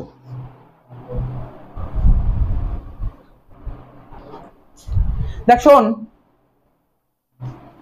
লাস্ট পয়েন্ট বোঝার পয়েন্ট লাস্ট, বলছে কি কোম্পানির নাম টাটা কোম্পানি, আর এমপ্লয়ির নাম হচ্ছে রাহুল, ঠিক আছে? তো ঘটনাটা কি ঘটেছে এই রাহুলের সঙ্গে? রাহুল যে কাজ করছে কোম্পানিতে, ও স্যালারি পাচ্ছে 7,50,000, ঠিক আছে? কত টাকা স্যালারি পাচ্ছে? 7,50,000 স্যালারি পাচ্ছে, ঠিক আছে? তো আর তোরা তো পারকুইজিট শুনেছিলি কি না, নতুন তো না স্যালারি করার সময়, মনে আছে কত নম্বর ধারায় ছিল? 17(2) আন্ডার সেকশন 17(2) মনে পড়ে? এখানে কি ছিল? হ্যাঁ স্যার, ওই মানে যদি কোনো রকমের এক্সট্রা ফেসিলিটি পাই কোম্পানি থেকে, মানে কি বলো, ইন অ্যাডিশন, বুঝতে পারছিস তো? স্যালারি ওয়েজেস ছাড়া যদি কোনো বা অ্যালাউন্স এগুলো ছাড়া যদি কোনো এক্সট্রা বেনিফিট পায় তাকে তো পারকুইজিট বলে। পারকুইজিট ক্যাশেও হতে পারে, আবার নন ক্যাশও হতে পারে, মানে কাইন্ডসও হতে পারে, ঠিক আছে? নন ক্যাশ মানে কাইন্ডস। তো এখানে নন মনিটারি পারকুইজিট, নন মনিটারি পারকুইজিট কয়েকটা এক্সাম্পল দিন না। টেলিফোন তোর টেলিফোন বিল পেমেন্ট করে দিচ্ছে, বা ভালো উদাহরণ কার্ড দিচ্ছে, কার্ড দিচ্ছে, ল্যাপটপ দিচ্ছে, কম্পিউটার দিচ্ছে, তারপর রেন্ট ফ্রি অ্যাকোমোডেশন দিচ্ছে, ঠিক আছে? তো পুরো রেন্ট দিয়ে দিও, মানে তোর অ্যাকোমোডেশন দিয়ে দিল থাকার জন্য। তো এগুলো সব নন মনিটারি পারকুইজিটস। তো দেখ, তো মনে পড়ছে আগে করতাম যখন স্যালারির সঙ্গে নন মনিটারি পারকুইজিট অ্যাড করতাম, বুঝতে পারছিস তো? পার্কিং অ্যাড করতাম, করে টোটাল হতো, এটাকে লিখতাম গ্রস ইনকাম ফ্রম স্যালারি, তার থেকে ডিডাকশন 50,000 মাইনাস করে হতো ইনকাম ফ্রম স্যালারি, 9 লাখ টাকা ইনকাম ফ্রম স্যালারি। বোঝা গেল কি বললাম? বোঝা গেল কি বললাম? এবার দেখ, এই 9 লাখ টাকার উপর আমরা যেমন নর্মাল ক্যালকুলেশন এতদিন করছিলাম, সেই 9 লাখ টাকা উপর ক্যালকুলেশন করে 96,200 বেরিয়েছে। কি করে বেরিয়েছে এটা তো বোঝানোর দরকার নেই। এইবার টোটাল যে এত টাকা ট্যাক্স আছে তার মধ্যে দুটো পার্ট হয়েছে, ট্যাক্সের দুটো ভাগ হয়েছে। দেখ, ট্যাক্সের দুটো ভাগ হয়েছে। নন মনিটারি পারকুইজিট যে আছে না, এর উপর একটা ট্যাক্স হয়। কি বললাম বুঝতে পারলি তো? এটা কি করে বলবো তোকে, কি করে মনে পড়ছে কিনা, মনে না পড়লে আমার কিছু করার নেই, এটা আমি করিয়েছিলাম, বুঝিস তো? 4th সেমিস্টারে পড়িয়েছিলাম, পিজিইপি বলে একটা চ্যাপ্টার ছিল, তখন ওই জিনিসগুলো অ্যাভয়েড করে চলে যেতি তোরা খুব সুন্দরভাবে অ্যাভয়েড করতি এটা, কারণ এগুলো অ্যাকচুয়ালি সিএ যারা পড়ে তাদের খুব লাগে। নন মনিটারি পারকুইজিট সেকশন 40 তে ছিল, পিজিইপি করার সময় সেকশন 40 সেকশন অনেকগুলো নোট লিখেছিল থিওরি, ওখানে বলেছিলাম যে নন মনিটারি পারকুইজিটের উপর যে ট্যাক্সটা হয় না, সেই ট্যাক্স কে দেয় জানিস? এমপ্লয়ার দেয়, এমপ্লয়কে দিতে হয় না, এমপ্লয়কে দিতে হয় না। এই যে নন মনিটারি পারকুইজিট আছে না, এর উপর যে ট্যাক্স হয়, এই ট্যাক্সটা কে দেবে? এমপ্লয়ার দেবে, এমপ্লয়ার দেবে। দেখ ভালো করে এখানে লেখা আছে, ভালো করে শোন, এই যে tax on non monetary perquisite paid by employer, এমপ্লয়কে দিতে হয় না। নন, এটা পুরো পরিষ্কার হয়ে লেখা ছিল সেকশন 40 তে, এটা সেকশন 40 তে লেখা ছিল, ঠিক আছে? এখন যদি মনে না থাকে তো কিছু করার নেই, তাহলে এখন শুনতে হবে, ঠিক আছে? তো tax on non monetary perquisite, non monetary পারকুইজিটের উপর যে ট্যাক্সটা হবে, সেই ট্যাক্সটা কে দেবে? এমপ্লয়ার দেবে। এখন তুই বলতে স্যার এর উপর ট্যাক্স কি করে বের করতে হয়, সেটা শিখিয়ে দেবো, সেটা কোনো ব্যাপার না, সেটা শেখানো কোনো ব্যাপার না, এখনই শিখিয়ে দেবো, ঠিক আছে? তো তাহলে নন মনিটারি পারকুইজিটের উপর যে ট্যাক্স হয়, সেই ট্যাক্সটা কে দিচ্ছে? এমপ্লয়ার দিচ্ছে, এমপ্লয়ার দিচ্ছে। তার মানে এই যে 2 লাখ টাকা হচ্ছে, এর উপর ট্যাক্সটা কে দেবে? এমপ্লয়ার দেবে। তাহলে টোটাল তো 9 লাখ টাকা, টোটাল ইনকাম কত? 9 লাখ। 9 লাখ টাকার মধ্যে 2 লাখ টাকার উপর ট্যাক্সটা কে দেবে? এমপ্লয়ার দেবে। তাহলে বাকি 7 লাখ টাকা হচ্ছে, তো বাকি 7 লাখ টাকার উপর ট্যাক্স কে দেবে? এমপ্লয়ি দেবে। তাই তো টোটাল ট্যাক্স 96,200 হয়েছে। তার উপর টোটাল তো ইনকাম তোমার 9 লাখ টাকা, 9 লাখ টাকার মধ্যে 2 লাখ টাকা পারকুইজিটস, মানে নন মনিটারি পারকুইজিটস। এই 2 লাখ টাকার উপর ট্যাক্স কে দেবে? স্যার মালিক দেবে। তাহলে 9 লাখ টাকার মধ্যে 2 লাখ টাকা মালিক দিয়ে দিল, 2 লাখ টাকার ওপর, 2 লাখ টাকা না, 2 লাখ টাকার ওপর ট্যাক্স যত হবে, 10,000, 15,000, 20,000 যা হবে, সেই ট্যাক্সটা মালিক দিল, আর বাকি ট্যাক্সটা এমপ্লয়ি দিল, ঠিক আছে? বাকি ট্যাক্সটা। তাহলে দেখ, এটা হলো এত টাকা। স্যার এটা কি করে বের করলেন? ভালো করে বোঝাচ্ছি, মন দিয়ে শুনবি। 9 লাখ টাকা ইনকামের ওপর, 9 লাখ টাকা তোর ইনকামের ওপর ট্যাক্স কত বেরিয়েছে?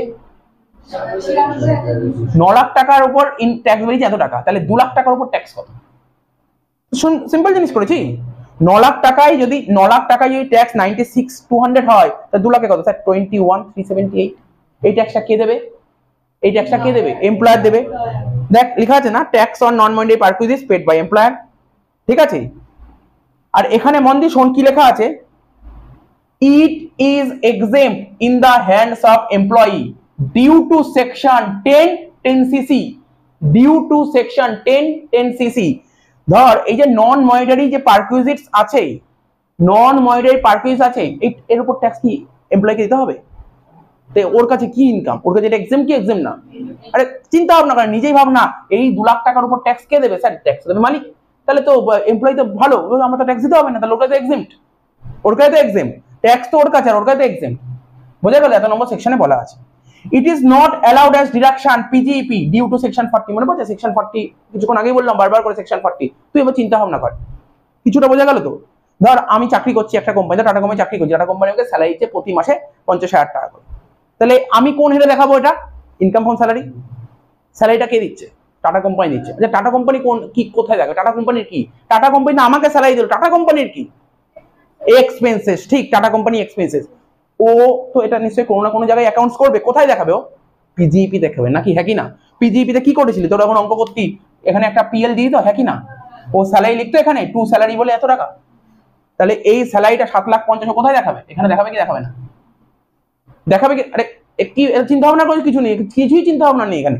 এখানে স্যালারি 7,50,000 টাকা, তো পিএল এর ডিবিটি দেখাবে কে? দেখাবে টাটা কোম্পানি দেখাবে। দেখাবে তো, অবশ্যই দেখাবে। স্যার নন মনিটারি পারকুইজিটস, নন মনিটারি পারকুইজিটস ও তাহলে স্যার এটা তো এখানে বল, এখানে দেখাবো কি দেখাবো না? পিএল এর ডেবিটে দেখানো উচিত কি উচিত না? কি হয়? এটাই তো প্রশ্ন, এখানে তো ধরতে পারলি না। দেখাবে না, দেখাবে না। দেখ এখানে নোটও বলে দিয়েছে, সেকশন 40 তে কি বলে দিয়েছে? ইট ইজ নট অ্যালাউড, ঠিক আছে তো, as deduction PGBP due to section 40। বলছে তোমাকে এটা দেখা যাবে না খরচা। কেন দেখা দেবে না? কেন খরচা দেখা দেবে না? It is exempt. কারণ এমপ্লয়ির কাছে এটা এক্সেম্ট। তো এমপ্লয়ির কাছে যেটা এক্সেম্ট, তুমি কেন ট্যাক্স দেখাবে? তো এই জিনিসটা মাথায় রাখতে, জাস্ট ছোট নোট, এত কিছু পড়তেও হবে না। আমি তো বলে যাম, এটা কাদের বেশি লাগে জানি? যারা সিএ পড়ে তাদের খুব লাগে এটা, তোদের অত লাগবে না, তো বলে দিলাম মোটামুটি। এবার কি বলেছে এখানে, কি লেখা আছে? ফর ইফ, এই আমি তোকে যে এত ডেপথে বোঝালাম, যারা সিএ পড়ে তাদের এতটা ডেপথ লাগে, তোদের তো একটা লাইন পড়লেই হয়ে যাবে। কি লেখা আছে? If tax on non monetary perquisite. কোনটা স্যার? এই যে নন মনিটারি পারকুইজিটস। কে পায় টাকাটা? এমপ্লয়ার পাবে না এমপ্লয়ি পাবে? এমপ্লয়ি পাবে। দেবে কে? এমপ্লয়ার। ঠিক আছে, ইজ পেড বাই এমপ্লয়ার। তো কি লিখেছে? ট্যাক্স অন নন মনিটারি, কিছুক্ষণ আগে কি বললাম? Tax on non monetary perquisite কে পেমেন্ট করবে? এমপ্লয়ার পেড করবে। কি তাই তো লেখা আছে, এই লাইনটা তাই লেখা আছে। Then such tax is not allowed as deduction. এই ট্যাক্সটা তুমি ডিডাকশন হিসেবে পাবে না, ঠিক আছে তো। টু এমপ্লয়ার, কে ডিডাকশনটা পাবে না? এমপ্লয়ার পাবে না। কোন হেডে পাবে না? পিজিইপি তে। And such tax is not taxable, এবং এই ট্যাক্সটা ট্যাক্সেবল হবে না কার হাতে? এমপ্লয়ির হাতে। নতুন কিছু লিখেছে এটা? আরে আমি যেটা বোঝালাম সেটা দেখলেন, কি সুন্দর ইংলিশটা, কি ইজি লেখা, ইজি ল্যাঙ্গুয়েজ না? এবার দেখ, আমি তো ভাই মানে উচিত না বাংলা পড়াটা, তবু আমি বলছি তোদের বইতে কি লেখা আছে, মানে উচিতই না, একদম উচিত না। তাও এই বই বলছি না, এই বই বলছি, এই বইয়ের একটা বলছি, এই বইয়ের নোটটা তবু একটু এটা পড়ে বোঝা যাবে। ভাই এই কাজ করিস না একদম, এই কাজ একদম করিস না। আস্তে,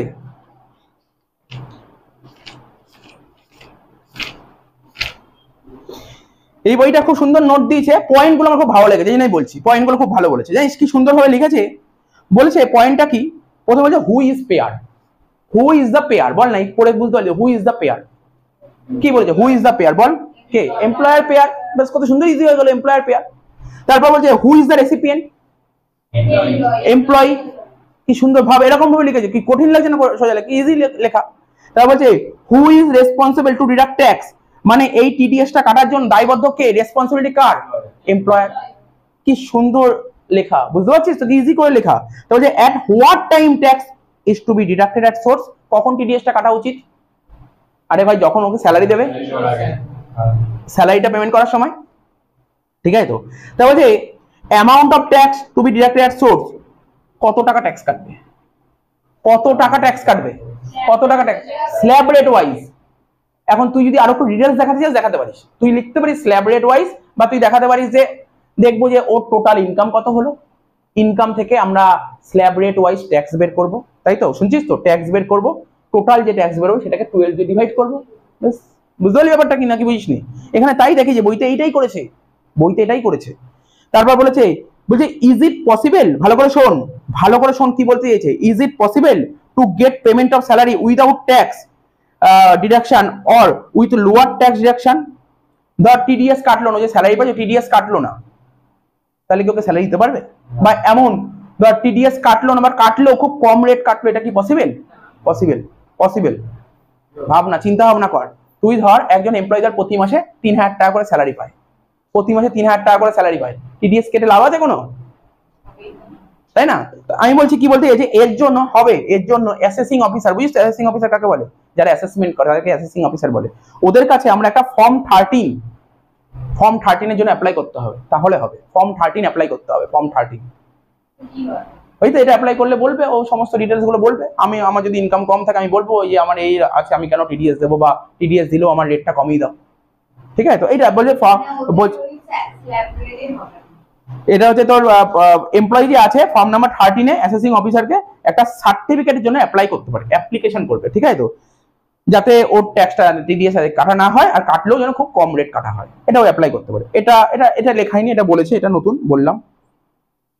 এবার যদি স্যালারি যদি তুই মোর দ্যান ওয়ান এমপ্লয়ার থেকে salary pass, more than one employer মানে বুঝতে পারছিস কোনটা, ওই সান আর মুন যদি এরকম কেসে হয় তখন কি কত নম্বর ফর্ম অ্যাপ্লাই করতে বলছেন, ফর্ম 12B, ফর্ম 12B, ঠিক আছে তো। এবং ফর্ম 12B মানে যেটা যে এমপ্লয় মানে একটা সানের ইনফরমেশন হয় মুনকে দেবে, মুনের ইনফরমেশনকে দেবে, এই জন্য ফর্ম 12B অ্যাপ্লাই করতে হবে। এই তো ছিল,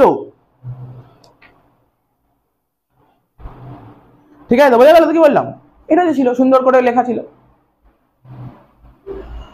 বোঝা গেল। এবার একটা অঙ্ক এসেছিল বুঝছো, মানে কি বলবো, এত ইজি অঙ্ক পরীক্ষায় এসেছিল 2019 সালে অনার্সে, আমি দিচ্ছি তোরা স্কলার বের করলেও হবে বা যে কোনো বই বের করে নিয়ে আসলেও হবে, 2019 সালে অনার্সে এসেছিল, তোরা নিজেরাই পারবি, আমি না বললেও পারে যাবে, এদের বুঝিয়ে দিলাম এমনি নিজে পেরে যাবে।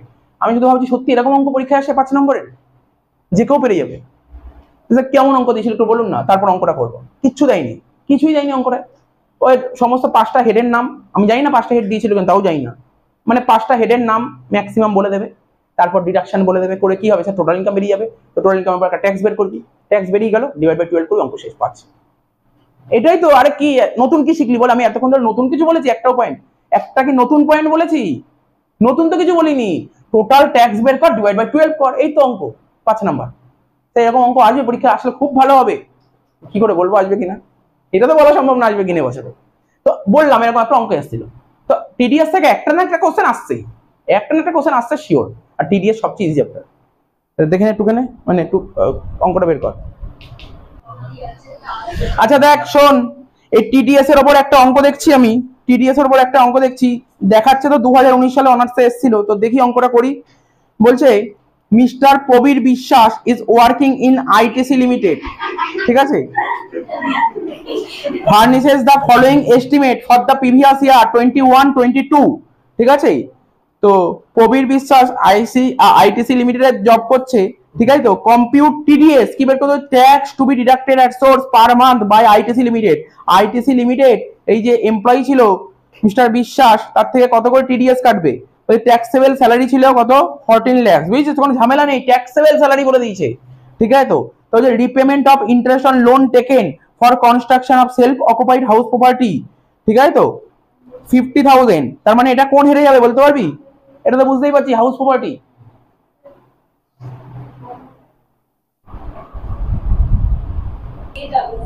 আচ্ছা দেখ কি বলেছে তাহলে, repayment of interest on loan taken for construction of self occupied house property 50,000, এটা কোন হেডে আসে, হাউস প্রপার্টি, কি রে house property.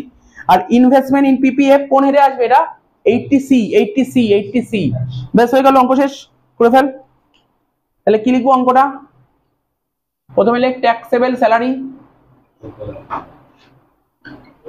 Taxable salary 14 lakh, আরে এগুলো তো জানিস, এগুলো প্রতিদিন একই কথা জিজ্ঞেস করিস, একই কথা লিখবি, আগে যা লিখতি, কি লিখতে, কি কোশ্চেন বের করতে কি বলেছে বল, compute tax to be deducted at source, এটাই লিখবি, computation of tax to be deducted at source per month, এটাই তো লিখবি, যেটা বের করতে সেটাই লিখবি। তো ট্যাক্সেবল স্যালারি 14 লাখ, তারপর লিখবি কি লস ফ্রম হাউস প্রপার্টি, তাই তো, এটা বলতে পারি তো, কি রে আমি যে এই কথাটা লিখলাম কোনো বুঝতে অসুবিধা হয়েছে, লস ফ্রম হাউস প্রপার্টি তো হবে, এটা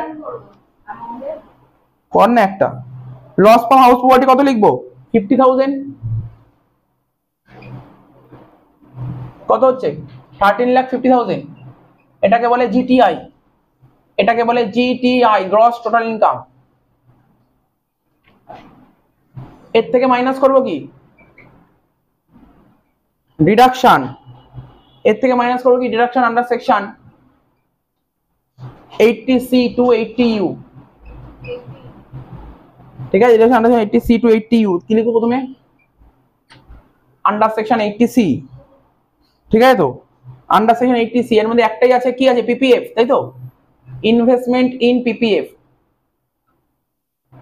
ইনভেস্টমেন্ট ইন পিপিএফ, কি লিখলাম ইনভেস্টমেন্ট ইন পিপিএফ, কত টাকা 1 লাখ টাকা, 13,50,000 থেকে 1 লাখ বাদ দিলে কত হয় 12,50,000, এটা হয়ে গেল তোমার টোটাল ইনকাম, ঠিক আছে তো? টোটাল ইনকাম হয়ে গেল, এবার ট্যাক্স বের কর। ট্যাক্স অন টোটাল ইনকাম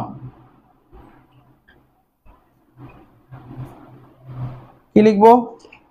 প্রথমে লেখ আপ টু ₹2,50,000, কত টাকা? নীল, তাই তো? তারপর নেক্সট 2,50,000 উপর কত হবে? 5%, 12,500, তাহলে 5 লাখ অবধি হয়ে গেল। এবার 10 লাখ, নেক্সট 5 লাখ, তাই তো?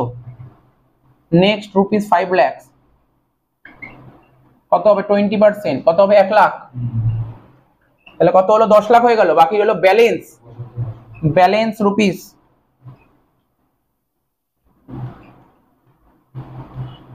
কি রে মিষ্টি, বুঝেছিস না? 2.5 লাখ, এর উপর কত পার্সেন্ট? 30%, ও বললো 75,000। টোটাল কত হচ্ছে? 1,87,500 হয়ে গেল। এর সঙ্গে কি যোগ করতে হয়? হেলথ অ্যান্ড এডুকেশন শেষ 4%, কত হয় এর উপর 4% করলে? 7,500, যোগ করে হবে 1,95,000। এটাকে বলা হয়, কি বলা হয় এটাকে? অ্যাসেট ট্যাক্স বা ট্যাক্স লাইবিলিটি, যাই বল, বলতেই পারিস, যা বল। অ্যাসেট ট্যাক্সও বলতে পারিস বা ট্যাক্স লাইবিলিটিও বলতে পারিস। ট্যাক্স লাইবিলিটি লিখে অন্তত ইন্টারেস্ট শিখে এসেছিস, বা লেখ ট্যাক্স পেবেল, এটাও লিখতে পারিস। তারপর লিখবো কি? টিডিএস পার মান্থ, লেখ TDS per month payable by, কে পে করবে টাকাটা? পেবেল বাই, নাম কে? এমপ্লয়ির নাম, পেবেল বাই, লেখ per month payable by ITC limited, ITC limited pay করবে। 1,95,000 ডিভাইড বাই 12 কত হচ্ছে? 16,250, তাই না? হয়ে গেল। তাহলে এই সেকশনটা শেষ হয়ে গেল, 192। এবার আমরা 193 পড়বো।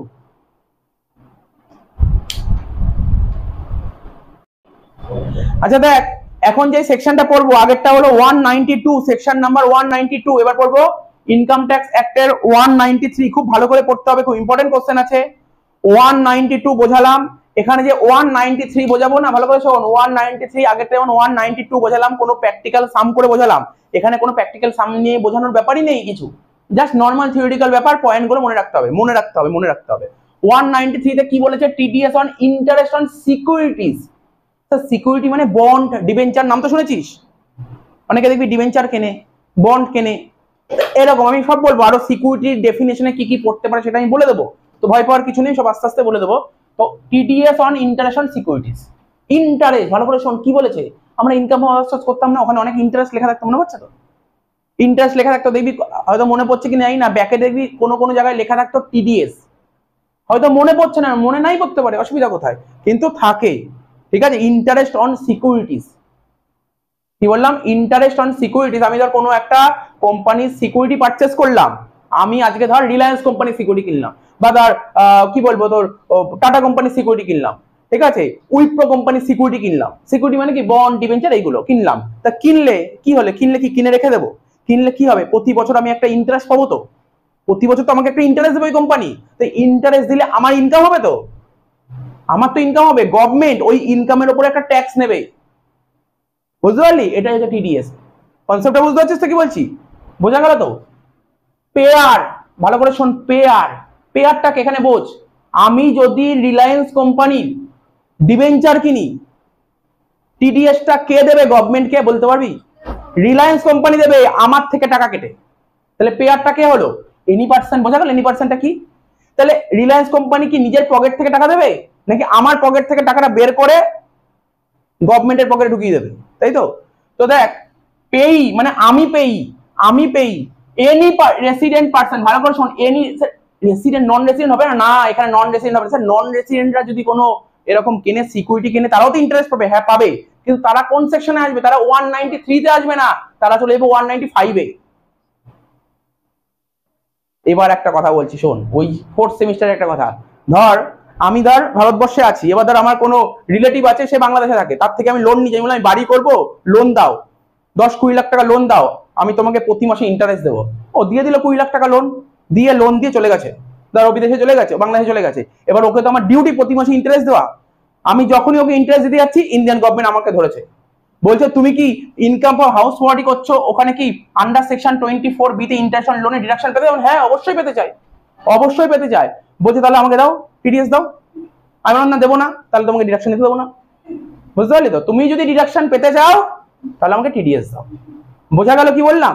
এটা ছিল, তার মানে কি এটা কে, ও এটা রেসিডেন্ট বলবো নন রেসিডেন্ট? আমি লোনটা নিয়েছি রেসিডেন্টের থেকে না নন রেসিডেন্টের থেকে? নন রেসিডেন্টের থেকে। তাহলে এটা কোন সেকশনে আসতো? ওখানে লেখা থাকতো, নোটে হিন্টসে লেখা থাকতো 195। ঠিক আছে তো? তো কনসেপ্টটা বুঝতে পারলি তো কি বললাম? আচ্ছা স্যার কত পার্সেন্ট রেসিডেন্ট পার্সন হয়, এটা বোঝা গেল তো? তো যখনই নোট করবি তুই যদি লিখে this non resident person, resident person তোকে লিখতে হবে। আচ্ছা দেখ নেক্সট পয়েন্ট কি বলছে, রেট। এখানে রেট কত পার্সেন্ট হবে? ঠিক আছে তো? এখানে কি বললাম, পেইতে resident person, non resident person হবে না। আচ্ছা এখানে রেট কত পার্সেন্ট হবে? আগেরটা যখন করলাম টিডিএস অন স্যালারি, ওখানে তো স্ল্যাব রেট ছিল, এখানে স্ল্যাব রেট কোনোদিন হবে না, ফিক্সড রেট। ঠিক আছে, একটা ফিক্সড রেট হবে। কত পার্সেন্ট? 10%। স্যার বুঝেছি 10%, কি এখানে আবার কি করছেন 10 থেকে 7.5 হয়ে গেল কি করে? শোন, একটা সময় আমাদের ভারতবর্ষ খুব খারাপ সময়ের মধ্যে দিয়ে চলছিল। ঠিক আছে তো? খুব খারাপ সময়ের মধ্যে চলছিল, জানিস তো কোন সময়টা? কোন সময়টা? এই যে এই 2020 সালে ভারতবর্ষে এমন কি ঘটনা ঘটে গেছিল? প্যান্ডেমিক ঘটেছিল, কোভিড চলছিল। তখন আমাদের দেশে যে ফাইন্যান্স মিনিস্টার একটা ডিসিশন নিয়েছিল যে না, আমরা যাতে জনগণ মানে পাবলিকের হাতে যাতে একটু কিছু পরিমাণ টাকা বেশি থাকে সেই ব্যবস্থা আমরা করবো, এরা আমরা ভেবেছিল, ফাইন্যান্স মিনিস্টার ভেবেছিল। তখন বলেছিল যে না, টিডিএস আমরা 10% নেবো না। কার উপর? Interest on security 10%। স্যার কত পার্সেন্ট নেবে তাহলে? বলেছি আমরা 7.5% নেবে। বলছে সে তো নিচ্ছেই তো, তাহলে লোকের হাতে কি করে টাকা থাকবে? আরে কি করে টাকা থাকবে মানে? তুই ভাব না, আমার ধর 1 লাখ টাকা, ধর 1 লাখ টাকা আমি ইনভেস্ট করেছি ডিবেঞ্চার, ধর 1 লাখ টাকা ডিবেঞ্চার কিনে, আমাকে 10% ধর সুদ, সাপোজ ধর 10% সুদ দিচ্ছে। ঠিক আছে তো? যাই হোক, যেটা বলছিলাম 10%, ধর আমি ধর সাপোজ আমি যেটা বলছিলাম, আমি ধর ইন্টারেস্ট, রিলায়েন্স কোম্পানি আমাকে 10,000 টাকা ইন্টারেস্ট দিচ্ছে, 10,000 টাকা ইন্টারেস্ট হয়েছে। ঠিক আছে তো 10% আমাকে ধর টিডিএস দিতে হবে, তাহলে কত? 1,000 টাকা। 10,000 টাকা 10% কত? 1,000 টাকা আমাকে ইন্টারেস্ট দিতে হবে, মানে স্যার টিডিএস দিতে হচ্ছে। কিন্তু গভর্নমেন্ট বলেছে তোমাকে 7.5% দিতে হবে সেই সময়টার জন্য। 7.5% যদি দিই তাহলে কত দিতে হচ্ছে? 750 টাকা। তাহলে যেখানে আমাকে 1,000 টাকা দিতে হতো অন্যান্য বছর, সেই বছর আমাকে 750 টাকা দিতে হয়েছে। তাহলে আমার হাতে 250 টাকা বেঁচে যাবে কি যাবে না? সেই 250 টাকা দিয়ে খাওয়া দাওয়া করতে পারবো, মানে ঘরের চাল ডাল তেল নুন কিনতে হবে, তাই তো? আচ্ছা যাই হোক, সেই সময়টা খারাপ পজিশন চলছিল। তাহলে এই সময়, তাহলে বুঝতে পারছি সিস্টেমটা কি করেছিল, এই কথা ভেবেছিল। কোন সময়? ডেট পিরিয়ডটা দেখ, 14 মে 2020 থেকে 31 মার্চ 2021। ওই সময়টা খারাপ কন্ডিশন ছিল, ওই সময়টার জন্য এটা করেছে। ঠিক আছে তো? আবার চেঞ্জ হয়ে গেছে। তো দেখ বুঝতে পারলি তো, রেট 10%। এইবার এখানে তোকে বেশ কিছু পড়বো। ইন্টারেস্ট অন সিকিউরিটির উপর টিডিএস নেবে 193 বলছে, কাদের উপর? রেসিডেন্ট পার্সনের উপর, নন রেসিডেন্ট না। তাহলে এখানে কিছু অ্যাডিশনাল পয়েন্ট পিডিএফ পাঠিয়েছি, পিডিএফটা দেখতে পারিস। অ্যাডিশনাল পয়েন্ট সুন্দরভাবে লেখা আছে, নোট করা আছে অ্যাডিশনাল পয়েন্টে। ঠিক আছে তো? কি লেখা আছে, কোন কোন জিনিসের উপর টিডিএস নেবে না, মন দিয়ে শোন। নো টিডিএস, দেখতে পাচ্ছি ওখানে একটা পিডিএফটা দেখ, নো টিডিএস লেখা, বের কর সবাই, নো টিডিএস লেখা পেয়েছিস? অ্যাডিশনাল ইনফরমেশনটা, হ্যাঁ নো টিডিএস লেখা, দেখেছিস তো? নো টিডিএস মানে, এই নো টিডিএস মানেটা কি ভালো করে শোন। টপিকটা কি পড়ছি, টপিকটার নাম কি? Interest on securities. তো আমি ধর কোনো সিকিউরিটি কিনেছি, তার উপর ইন্টারেস্ট পাচ্ছি, ইন্টারেস্ট পেলে গভর্নমেন্টকে টিডিএস দিতে হবে। গভর্নমেন্ট বলেছে তোমার থেকে টিডিএস নেবো না, এই জায়গাতে যদি এরকম কন্ডিশন ঘটে তাহলে আমি টিডিএস নেবো না। কি কন্ডিশন? সেই কন্ডিশনটা ওখানে বলা আছে। Paid to LIC, GIC or any insurer. তাহলে আমি যদি এলআইসি কে পে করি, আমি যদি জিআইসি কে পে করি, তাহলে আমার থেকে কোনো টিডিএস নেবে না। তাহলে বুঝতে পারলি কার থেকে নেবে না? এই পয়েন্টগুলো যখন নোট আসবে থিওরি, এই পয়েন্টগুলো তোকে তুলতে হবে, লিখতে হবে তোকে পয়েন্টগুলো। ঠিক আছে তো?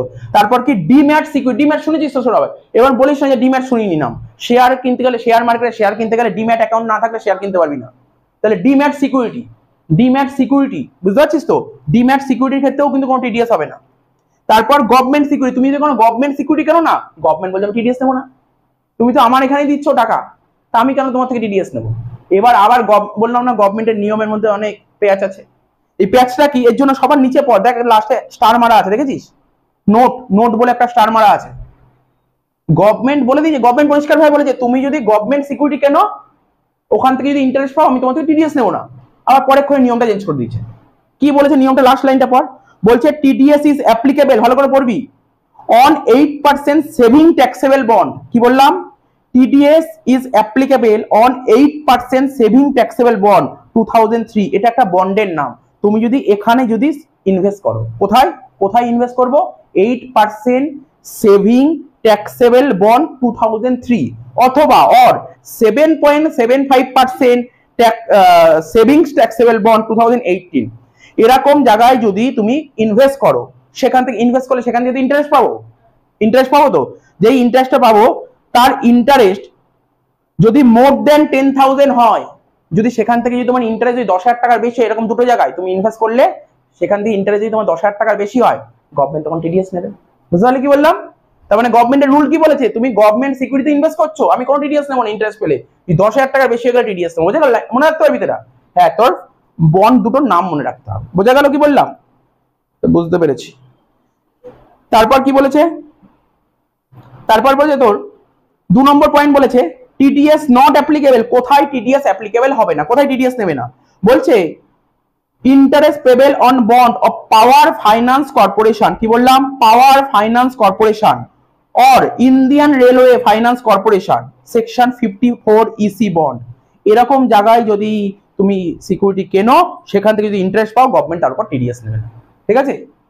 নেক্সট কি বলেছে, 3 নম্বর পয়েন্ট বলেছে interest on debentures of public company. তুমি যদি পাবলিক কোম্পানিতে যদি কোন ডিবেঞ্চার কেনো, ডিবেঞ্চার কিনলে তাহলে তোমাকে বছরে একটা ইন্টারেস্ট দেবে। ঠিক আছে? If interest is up to ₹5,000। ঠিক আছে? ইন্টারেস্টের পরিমাণ যদি 5,000 টাকা পর্যন্ত হয় এবং সেই টাকাটা পে করা হচ্ছে কাকে, রেসিডেন্ট ইন্ডিভিজুয়াল বা HUF K by account pay check, তাহলে 5,000 টাকা পর্যন্ত হলে টিডিএস নেবে না। এবং কিসের মধ্যে পেমেন্ট হতে হবে, কিসের মধ্যে পেমেন্ট হতে হবে, অ্যাকাউন্ট পেই চেক। তাহলে বুঝতে পারলি? তাহলে কোন কোন জিনিসের উপর টিডিএস নেবে না, এই পয়েন্টগুলো তোকে পরিষ্কার হয়ে বলে দিয়েছে। ঠিক আছে? তো বোঝা গেল তো? এটা হচ্ছে বেসিক ফান্ডা, এটা হচ্ছে বেসিক ফান্ডা। এই জিনিসগুলো তোকে, এই জিনিসগুলো তুই অমিট করতে পারবি, তুই আর কিছু লেখ বা না লেখ, এই জিনিসগুলোকে অমিট করতে পারবি, এটা তোকে লিখতেই হবে।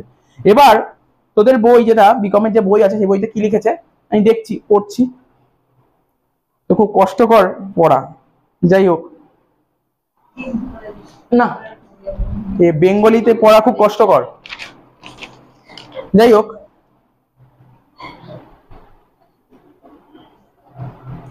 তো তোকে বলি, মানে আমি প্রথমে বললাম না টপিকটার নাম আন্ডার 193, তো এখানে লেখা আছে interest on security. Sir security মানে কি, সিকিউরিটি মানে কি, সিকিউরিটিটা মানে কি, সিকিউরিটি মানে কি? 1 নম্বর বলছে সিকিউরিটি ডেফিনেশন পড়তে গেলে তোমাকে কোন সেকশনে যেতে হবে, সেকশন 2 সাবসেকশন 28B। এই সেকশনে পরিষ্কার ভাবে বলা আছে সিকিউরিটি, সিকিউরিটি ডেফিনেশন দিয়েছে। ঠিক আছে? সিকিউরিটি বলতে কি কি বুঝিয়েছে, বলছে ইন্টারেস্ট অন সিকিউরিটির মধ্যে পড়ছে ইন্টারেস্ট অন এনি সিকিউরিটি, সেটা সেন্ট্রাল গভর্নমেন্টের হতে পারে, আবার স্টেট গভর্নমেন্টের হতে পারে। সিকিউরিটি সেন্ট্রালের হতে পারে, স্টেটের হতে পারে। তারপর বলেছে এই যে সিকিউরিটি বলছি না, সিকিউরিটির মধ্যে ডিবেঞ্চার হতে পারে, সিকিউরিটি সেন্ট্রালের হতে পারে বা স্টেটের হতে পারে, বা এটাও হতে পারে সিকিউরিটিটা ডিবেঞ্চার হতে পারে। তারপর কি বলেছে, ইন্টারেস্ট অন আদার্স সিকিউরিটি হতে পারে, আদার্স সিকিউরিটি। সেই আদার্স সিকিউরিটি কারা অথরাইজ করবে, সেটা অথরাইজ করবে লোকাল অথরিটি হতে পারে বা কোনো কোম্পানির হতে পারে। ঠিক আছে? তো বুঝতে পারলি? বা এটাই বলছে কারা এস্টাবলিশ করবে, এটা সেন্ট্রাল, স্টেট আর প্রভিন্সিয়াল অ্যাক্ট। তো এটাই বলেছে। তাহলে সিকিউরিটি বলতে কি বোঝায়, বোঝা গেল তো? সিকিউরিটিটা সেন্ট্রাল গভর্নমেন্ট হতে পারে, স্টেট গভর্নমেন্টের হতে পারে, সিকিউরিটিটা ইন্টারেস্ট অন ডিবেঞ্চার হতে পারে। আর কি বলছে, এই যে সিকিউরিটিটা হবে না, বা যে ইন্টারেস্ট অন আদার সিকিউরিটি হবে, সেটা কারা ইস্যু করবে, লোকাল অথরিটি বা কোম্পানি ইস্যু করবে। ঠিক আছে? লোকাল অথরিটি বা কোম্পানি ইস্যু করবে, কিন্তু কাদের দ্বারা এস্টাবলিশড হবে, সেন্ট্রাল গভর্নমেন্ট বা স্টেট গভর্নমেন্ট। এটা বলেছে এর মধ্যে কি কি পড়তে পারে। তারপর বলেছে what time tax has to be deducted, কখন ট্যাক্সটা কাটা হবে, ট্যাক্সের টাকা কখন কাটা হবে, ট্যাক্স এই যে ইন্টারেস্ট টিডিএসটা কখন কাটা হবে, কখন কাটা হবে বলছি। এখানে বলেছে যখন ইন্টারেস্টটা পেমেন্ট করবে, যেই সময় ইন্টারেস্টটা পেমেন্ট করবে, অর যেই সময়, মানে ধর আমি যদি ইন্টারেস্টটা পাই, আমার অ্যাকাউন্টে যখন ক্রেডিট হবে, দুটোর মধ্যে যেটা আগে ঘটবে। বুঝতে পারলি না, বুঝতে পারলি না? দেখ, তুই যদি ব্যাংকে ধর কোনো ফিক্সড ডিপোজিট করলিস, তাহলে তোর অ্যাকাউন্টে আগে তো টাকা ঢুকবে, তারপর তো তুই টাকাটা পাবি। তো এরকম ব্যাপার, যেটা আগে ঘটবে। যেমন ধর না ওরকম ব্যাপার না, ওটা তো ওইখানের কথা বললি, কিন্তু কিছু কিছু সময় টাকাটা আগে পাওয়া যায়, কিছু কিছু সময় টাকাটা আগে পাওয়া যায়, আবার তারপর পরে অ্যাকাউন্টে এন্ট্রি করা হয়, ঠিক আছে? তো বলছে দুটোর মধ্যে যেটা আগে ঘটবে, এখানে বলেছে। আর একটা কথা, মোড অফ পেমেন্ট, কি মোডে পেমেন্ট করা হবে? ক্যাশেও হতে পারে, চেকেও হতে পারে, আবার ড্রাফটও হতে পারে। ক্যাশ, চেক, ড্রাফট, কি মোডে পেমেন্ট হতে পারে? এখানে যেটা বললাম, when tax shall be deducted, tax is to be deducted at the time of payment, যেই টাইমে পেমেন্ট করা হবে, or credit of interest, ঠিক আছে? তো হুইচ এভার ইজ আর্লিয়ার, যেটা আগে হবে। আর রেট অফ টিডিএস কি? টিডিএস এর রেটটা কি হবে? 10%, যেটা আগেই বলেছি 10% টিডিএস এর রেট হবে। তবে একটা কথা, টিডিএস এর রেট তো 10% হবে, যদি যার কাছ থেকে টিডিএস কাটা হচ্ছে তার কাছে যদি প্যান নম্বর না দেন, ধর আমার থেকে টিডিএস কাটা হচ্ছে, আমি যদি প্যান নম্বরই না দিই, তাহলে 20% কাটবে, ঠিক আছে? হ্যাঁ, প্যান মানে আর কি প্যান হবে, ঠিক আছে? তো আচ্ছা, যাই হোক, এইসব বলে দিয়েছে, আর কিছু নেই। এই হলো তোর, এটা হয়ে গেল, এই টপিকটা শেষ হয়ে গেল, ঠিক আছে? এরপর নেক্সট টপিকে চলে যাবো।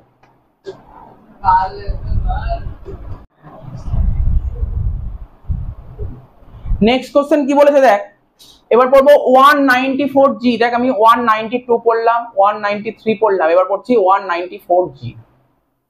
কি বলেছে এখানে? লটারি দেখেছিস? লটারি কাটা হয়, দেখবি সমস্ত অনেক জায়গায় বসে, ঘুরে ঘুরে সাইকেল টাইকেল নিয়ে বেড়ায়, বা স্টেশনে দেখতে পারবি, ঠিক আছে? তো বিভিন্ন স্টেশনে বসে, ঠিক আছে? তো লটারি তো বলছে, দেখবি উপরে লেখা থাকে, উপরে প্রতিদিন লটারি খেলা হচ্ছে। তো বিভিন্ন তোর বাম্পার লটারি থাকে, সামনে দিওয়ালি আছে, দিওয়ালি লটারি বেরোবে, সব লটারি বেরোবে, সব কোটি কোটি টাকার খেলা হয়। তো এখানে কি বলছে, লটারি তো কেউ না কেউ বেচে,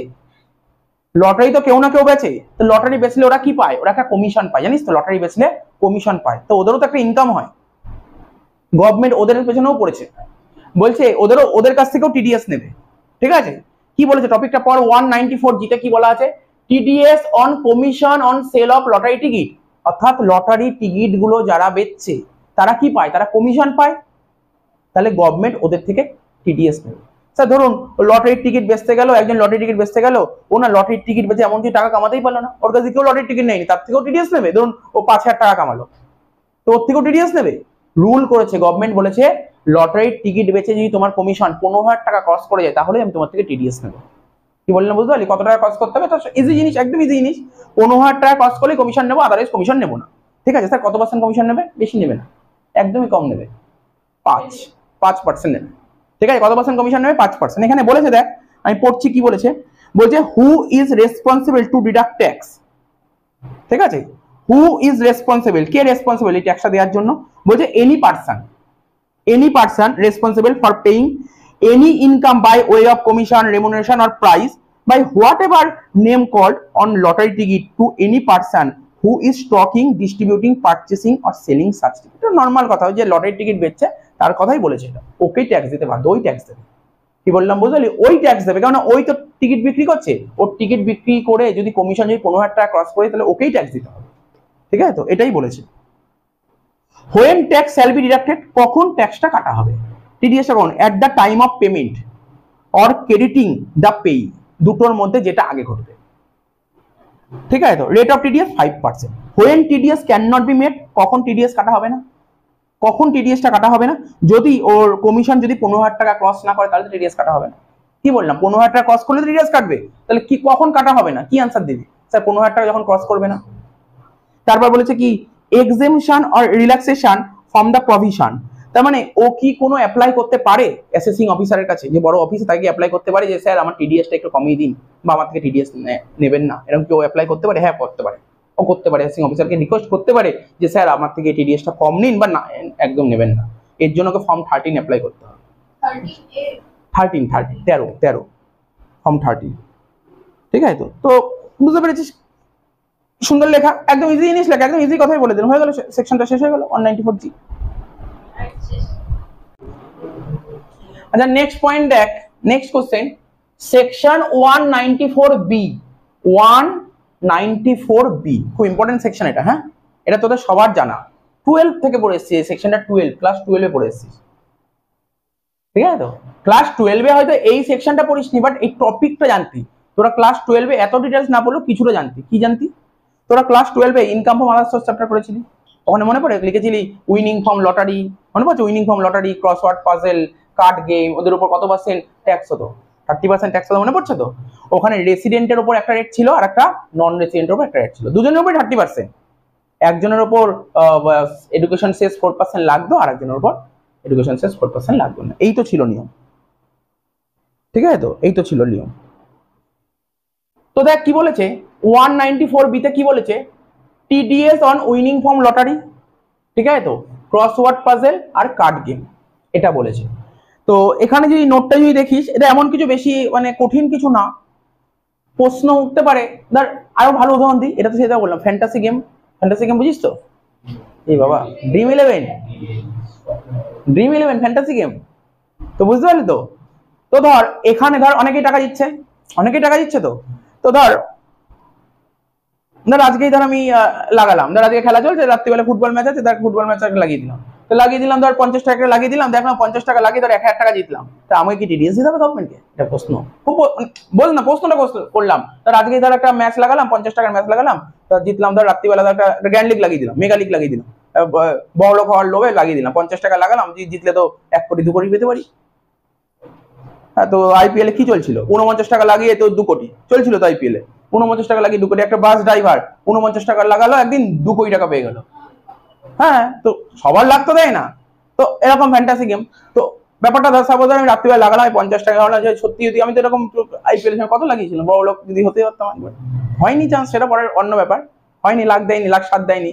তো যাই হোক 50 টাকা লাগালাম, ধর জিতলাম, ধর 5000 টাকা জিতলাম, সাপোজ ধর 5000 টাকা জিতলাম, 50 টাকা লাগিয়ে 5000 টাকা জিতলাম, তাহলে কি ট্যাক্স দিতে হবে গভর্নমেন্টকে? এইটা হচ্ছে প্রশ্ন। প্রশ্ন উঠতে পারে এখানে প্রশ্ন, স্যার কত টাকা উঠলে গভর্নমেন্ট আমার থেকে টিডিএস নেবে? কত টাকা উঠলে? ঠিক আছে তো? তো এটা মাথায় রাখতে হবে, কত টাকা উঠলে। এই 4-5 বছর আগে একটা 26 টাকার ম্যাচ লাগিয়েছিলাম, তখন বেশি পাইনি, তখন কেটেছিল গভর্নমেন্ট আমার থেকে টিডিএস কেটেছিল 15,000 টাকা দিতেছিলাম, 26 টাকা লাগিয়ে 15,000 টাকা দিতেছিল, অনেক বছর আগে, 26 টাকা লাগিয়ে 15,000 টাকা। হ্যাঁ, নিয়ম বলেছিল 30%ই কেটেছিল, 30%ই কেটেছিল। ওখানে নিয়ম ছিল 10,000 টাকার উপর হতে হবে। নিয়ম ছিল তুমি যদি 10,000 টাকার বেশি যেত, তোমার উইনিং প্রাইস যদি 10,000 টাকার বেশি হয়, তাহলে তুমি 30% ট্যাক্স কাটবে।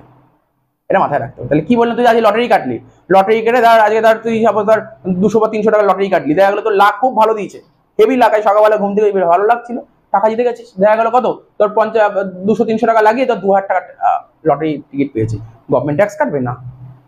গভর্নমেন্ট বলে যদি তোমার 10,000 টাকার ওপর হয়, তোমার উইনিং প্রাইস যদি 10,000 টাকা ক্রস করে যায়, তাহলে তোমার থেকে টিডিএস কাটবে। বুঝতে পারলি পয়েন্টটা কি বলছি? 10,000, 10,000। স্যার যদি 11,000 ধরুন আমি জিতেছি, তাহলে ধর 11,000 টাকা জিতে, তাহলে আমার থেকে কত টাকা কাটবে? 11,000-এর 30% কাটবে। বুঝতে পারলি ব্যাপারটা কি বলছি, নাকি বুঝতে পারছিস না? এক্সাক্ট 10,000 তো কাটবেই না, 10,000 টাকা অব্দি ট্যাক্স কাটবেন।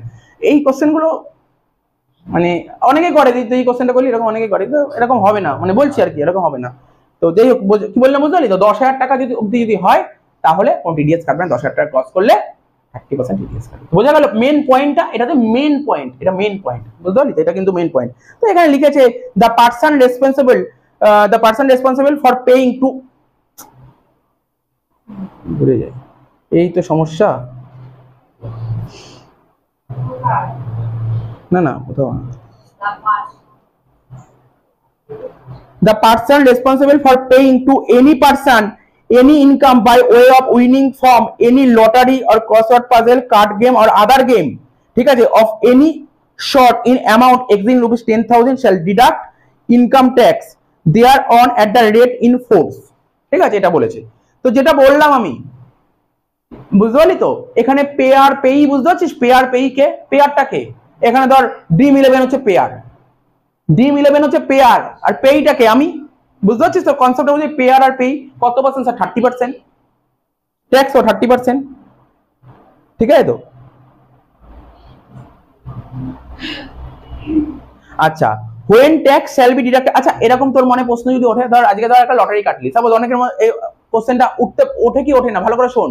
ধর আজকে একটা লটারি কাটলি, ঠিক আছে, মানলাম খুব ভালো লাখ, ওই লটারির প্রাইজ মানিগুলো কি ছিল, ভালো লাগ বা খারাপ লাগ সেটা পরে, দুই বন্ধু দুটো লটারি কেটেছিস, ভালো ভালো লটারি কেটেছিস, এক বন্ধুর ঝুলিতে জুটলো কিছু না, কি বলে বাবাজি কা ধরলো, কিছু জুটলো না, আর একজনের ভাগ্যে জুটলো কি বলতো, একটা বিএমডব্লিউ কার, ঠিক আছে তো, বিএমডব্লিউ কার, বুঝতে পারছিস তো, বিএমডব্লিউ কারটার ভ্যালু আমি তোকে বলছি মোটামুটি কত বলবো, 1 কোটি, 1 কোটি, তো 1 কোটিতে কটা শূন্য জানিস তো, 7টা, 1 2 3 4 5 6, এত টাকা দেখে গুনে গুনে দিতে হচ্ছে, বুঝিস তো, 7, তাহলে 1 কোটি টাকা, বুঝতে পারছিস, 1 কোটি টাকা।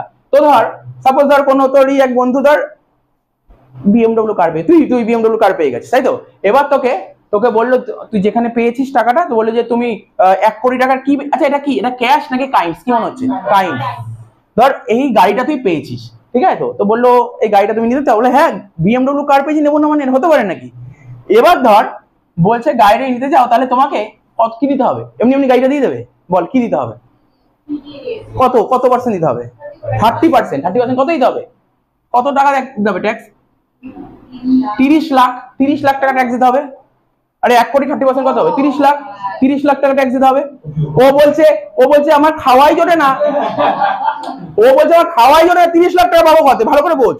ও তখন বলছে তার কাজ করো, বিএমডব্লিউ কার আছে, ও কি বলবে তখন, তাহলে কাজ করো বিএমডব্লিউ কার আছে, 30% গাড়িটা ভেঙে দাও, ঠিক আছে, 30% গাড়িটা ভেঙে দাও, 30% গাড়িটা ভেঙে দিয়ে বাকি 70% গাড়িটা আমাকে দিয়ে দাও, 30% গাড়িটা তুমি ট্যাক্স জমা করে দেবো, এটা হয় না কখনো, এটা হয় কখনো, তখন কি করবে বলছি যে তাহলে, ও তখন বলছে যে তাহলে কাজ করো, আমার ট্যাক্স দিতে হবে তো, এখন তো টাকা নেই, আমি টাকাটা নিয়ে তুমি গাড়িটা এখন আমাকে দিয়ে দাও, গাড়িটা আমি নিয়ে যাই বাড়িতে, ঠিক আছে, গাড়িটা পুজো দিই, তার কদিন পরে আমি গভর্নমেন্টকে জমা করে দেবো, বলে ওইসব চলবে না, যে দেবে বুঝে ওইসব চলবে না, তুমি গভর্নমেন্টকে টাকা জমা করো, তুমি হয় 30 লাখ টাকা আমাকে দাও, আর না তুমি যে গভর্নমেন্টকে টাকাটা জমা করেছো তার প্রুফ আমাকে দাও, সার্টিফিকেট দাও, তাহলে গাড়ি পাবে, নাহলে গাড়ি পাবে না, দেবে না, পাবে না, ও লোন করবে মার্কেট থেকে, ধার করবে টাকা ধার করে 30 লাখ টাকা দেবে, কে দেবে 30 লাখ টাকা, বুঝতে পারলি তো, কি বললাম, বুঝতে পারছিস ব্যাপারটা, এই তো এটাই লেখা আছে এখানে,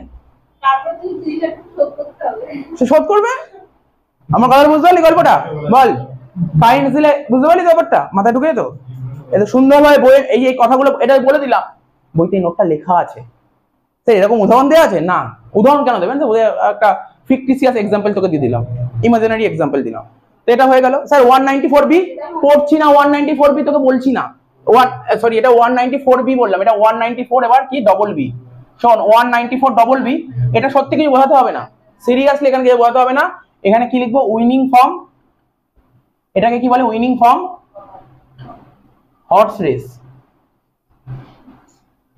winning form horse races. Sir এর রুলটা কি, কিছুই নেই এর রুল, 194B তে যা বলা আছে 194 তে কপি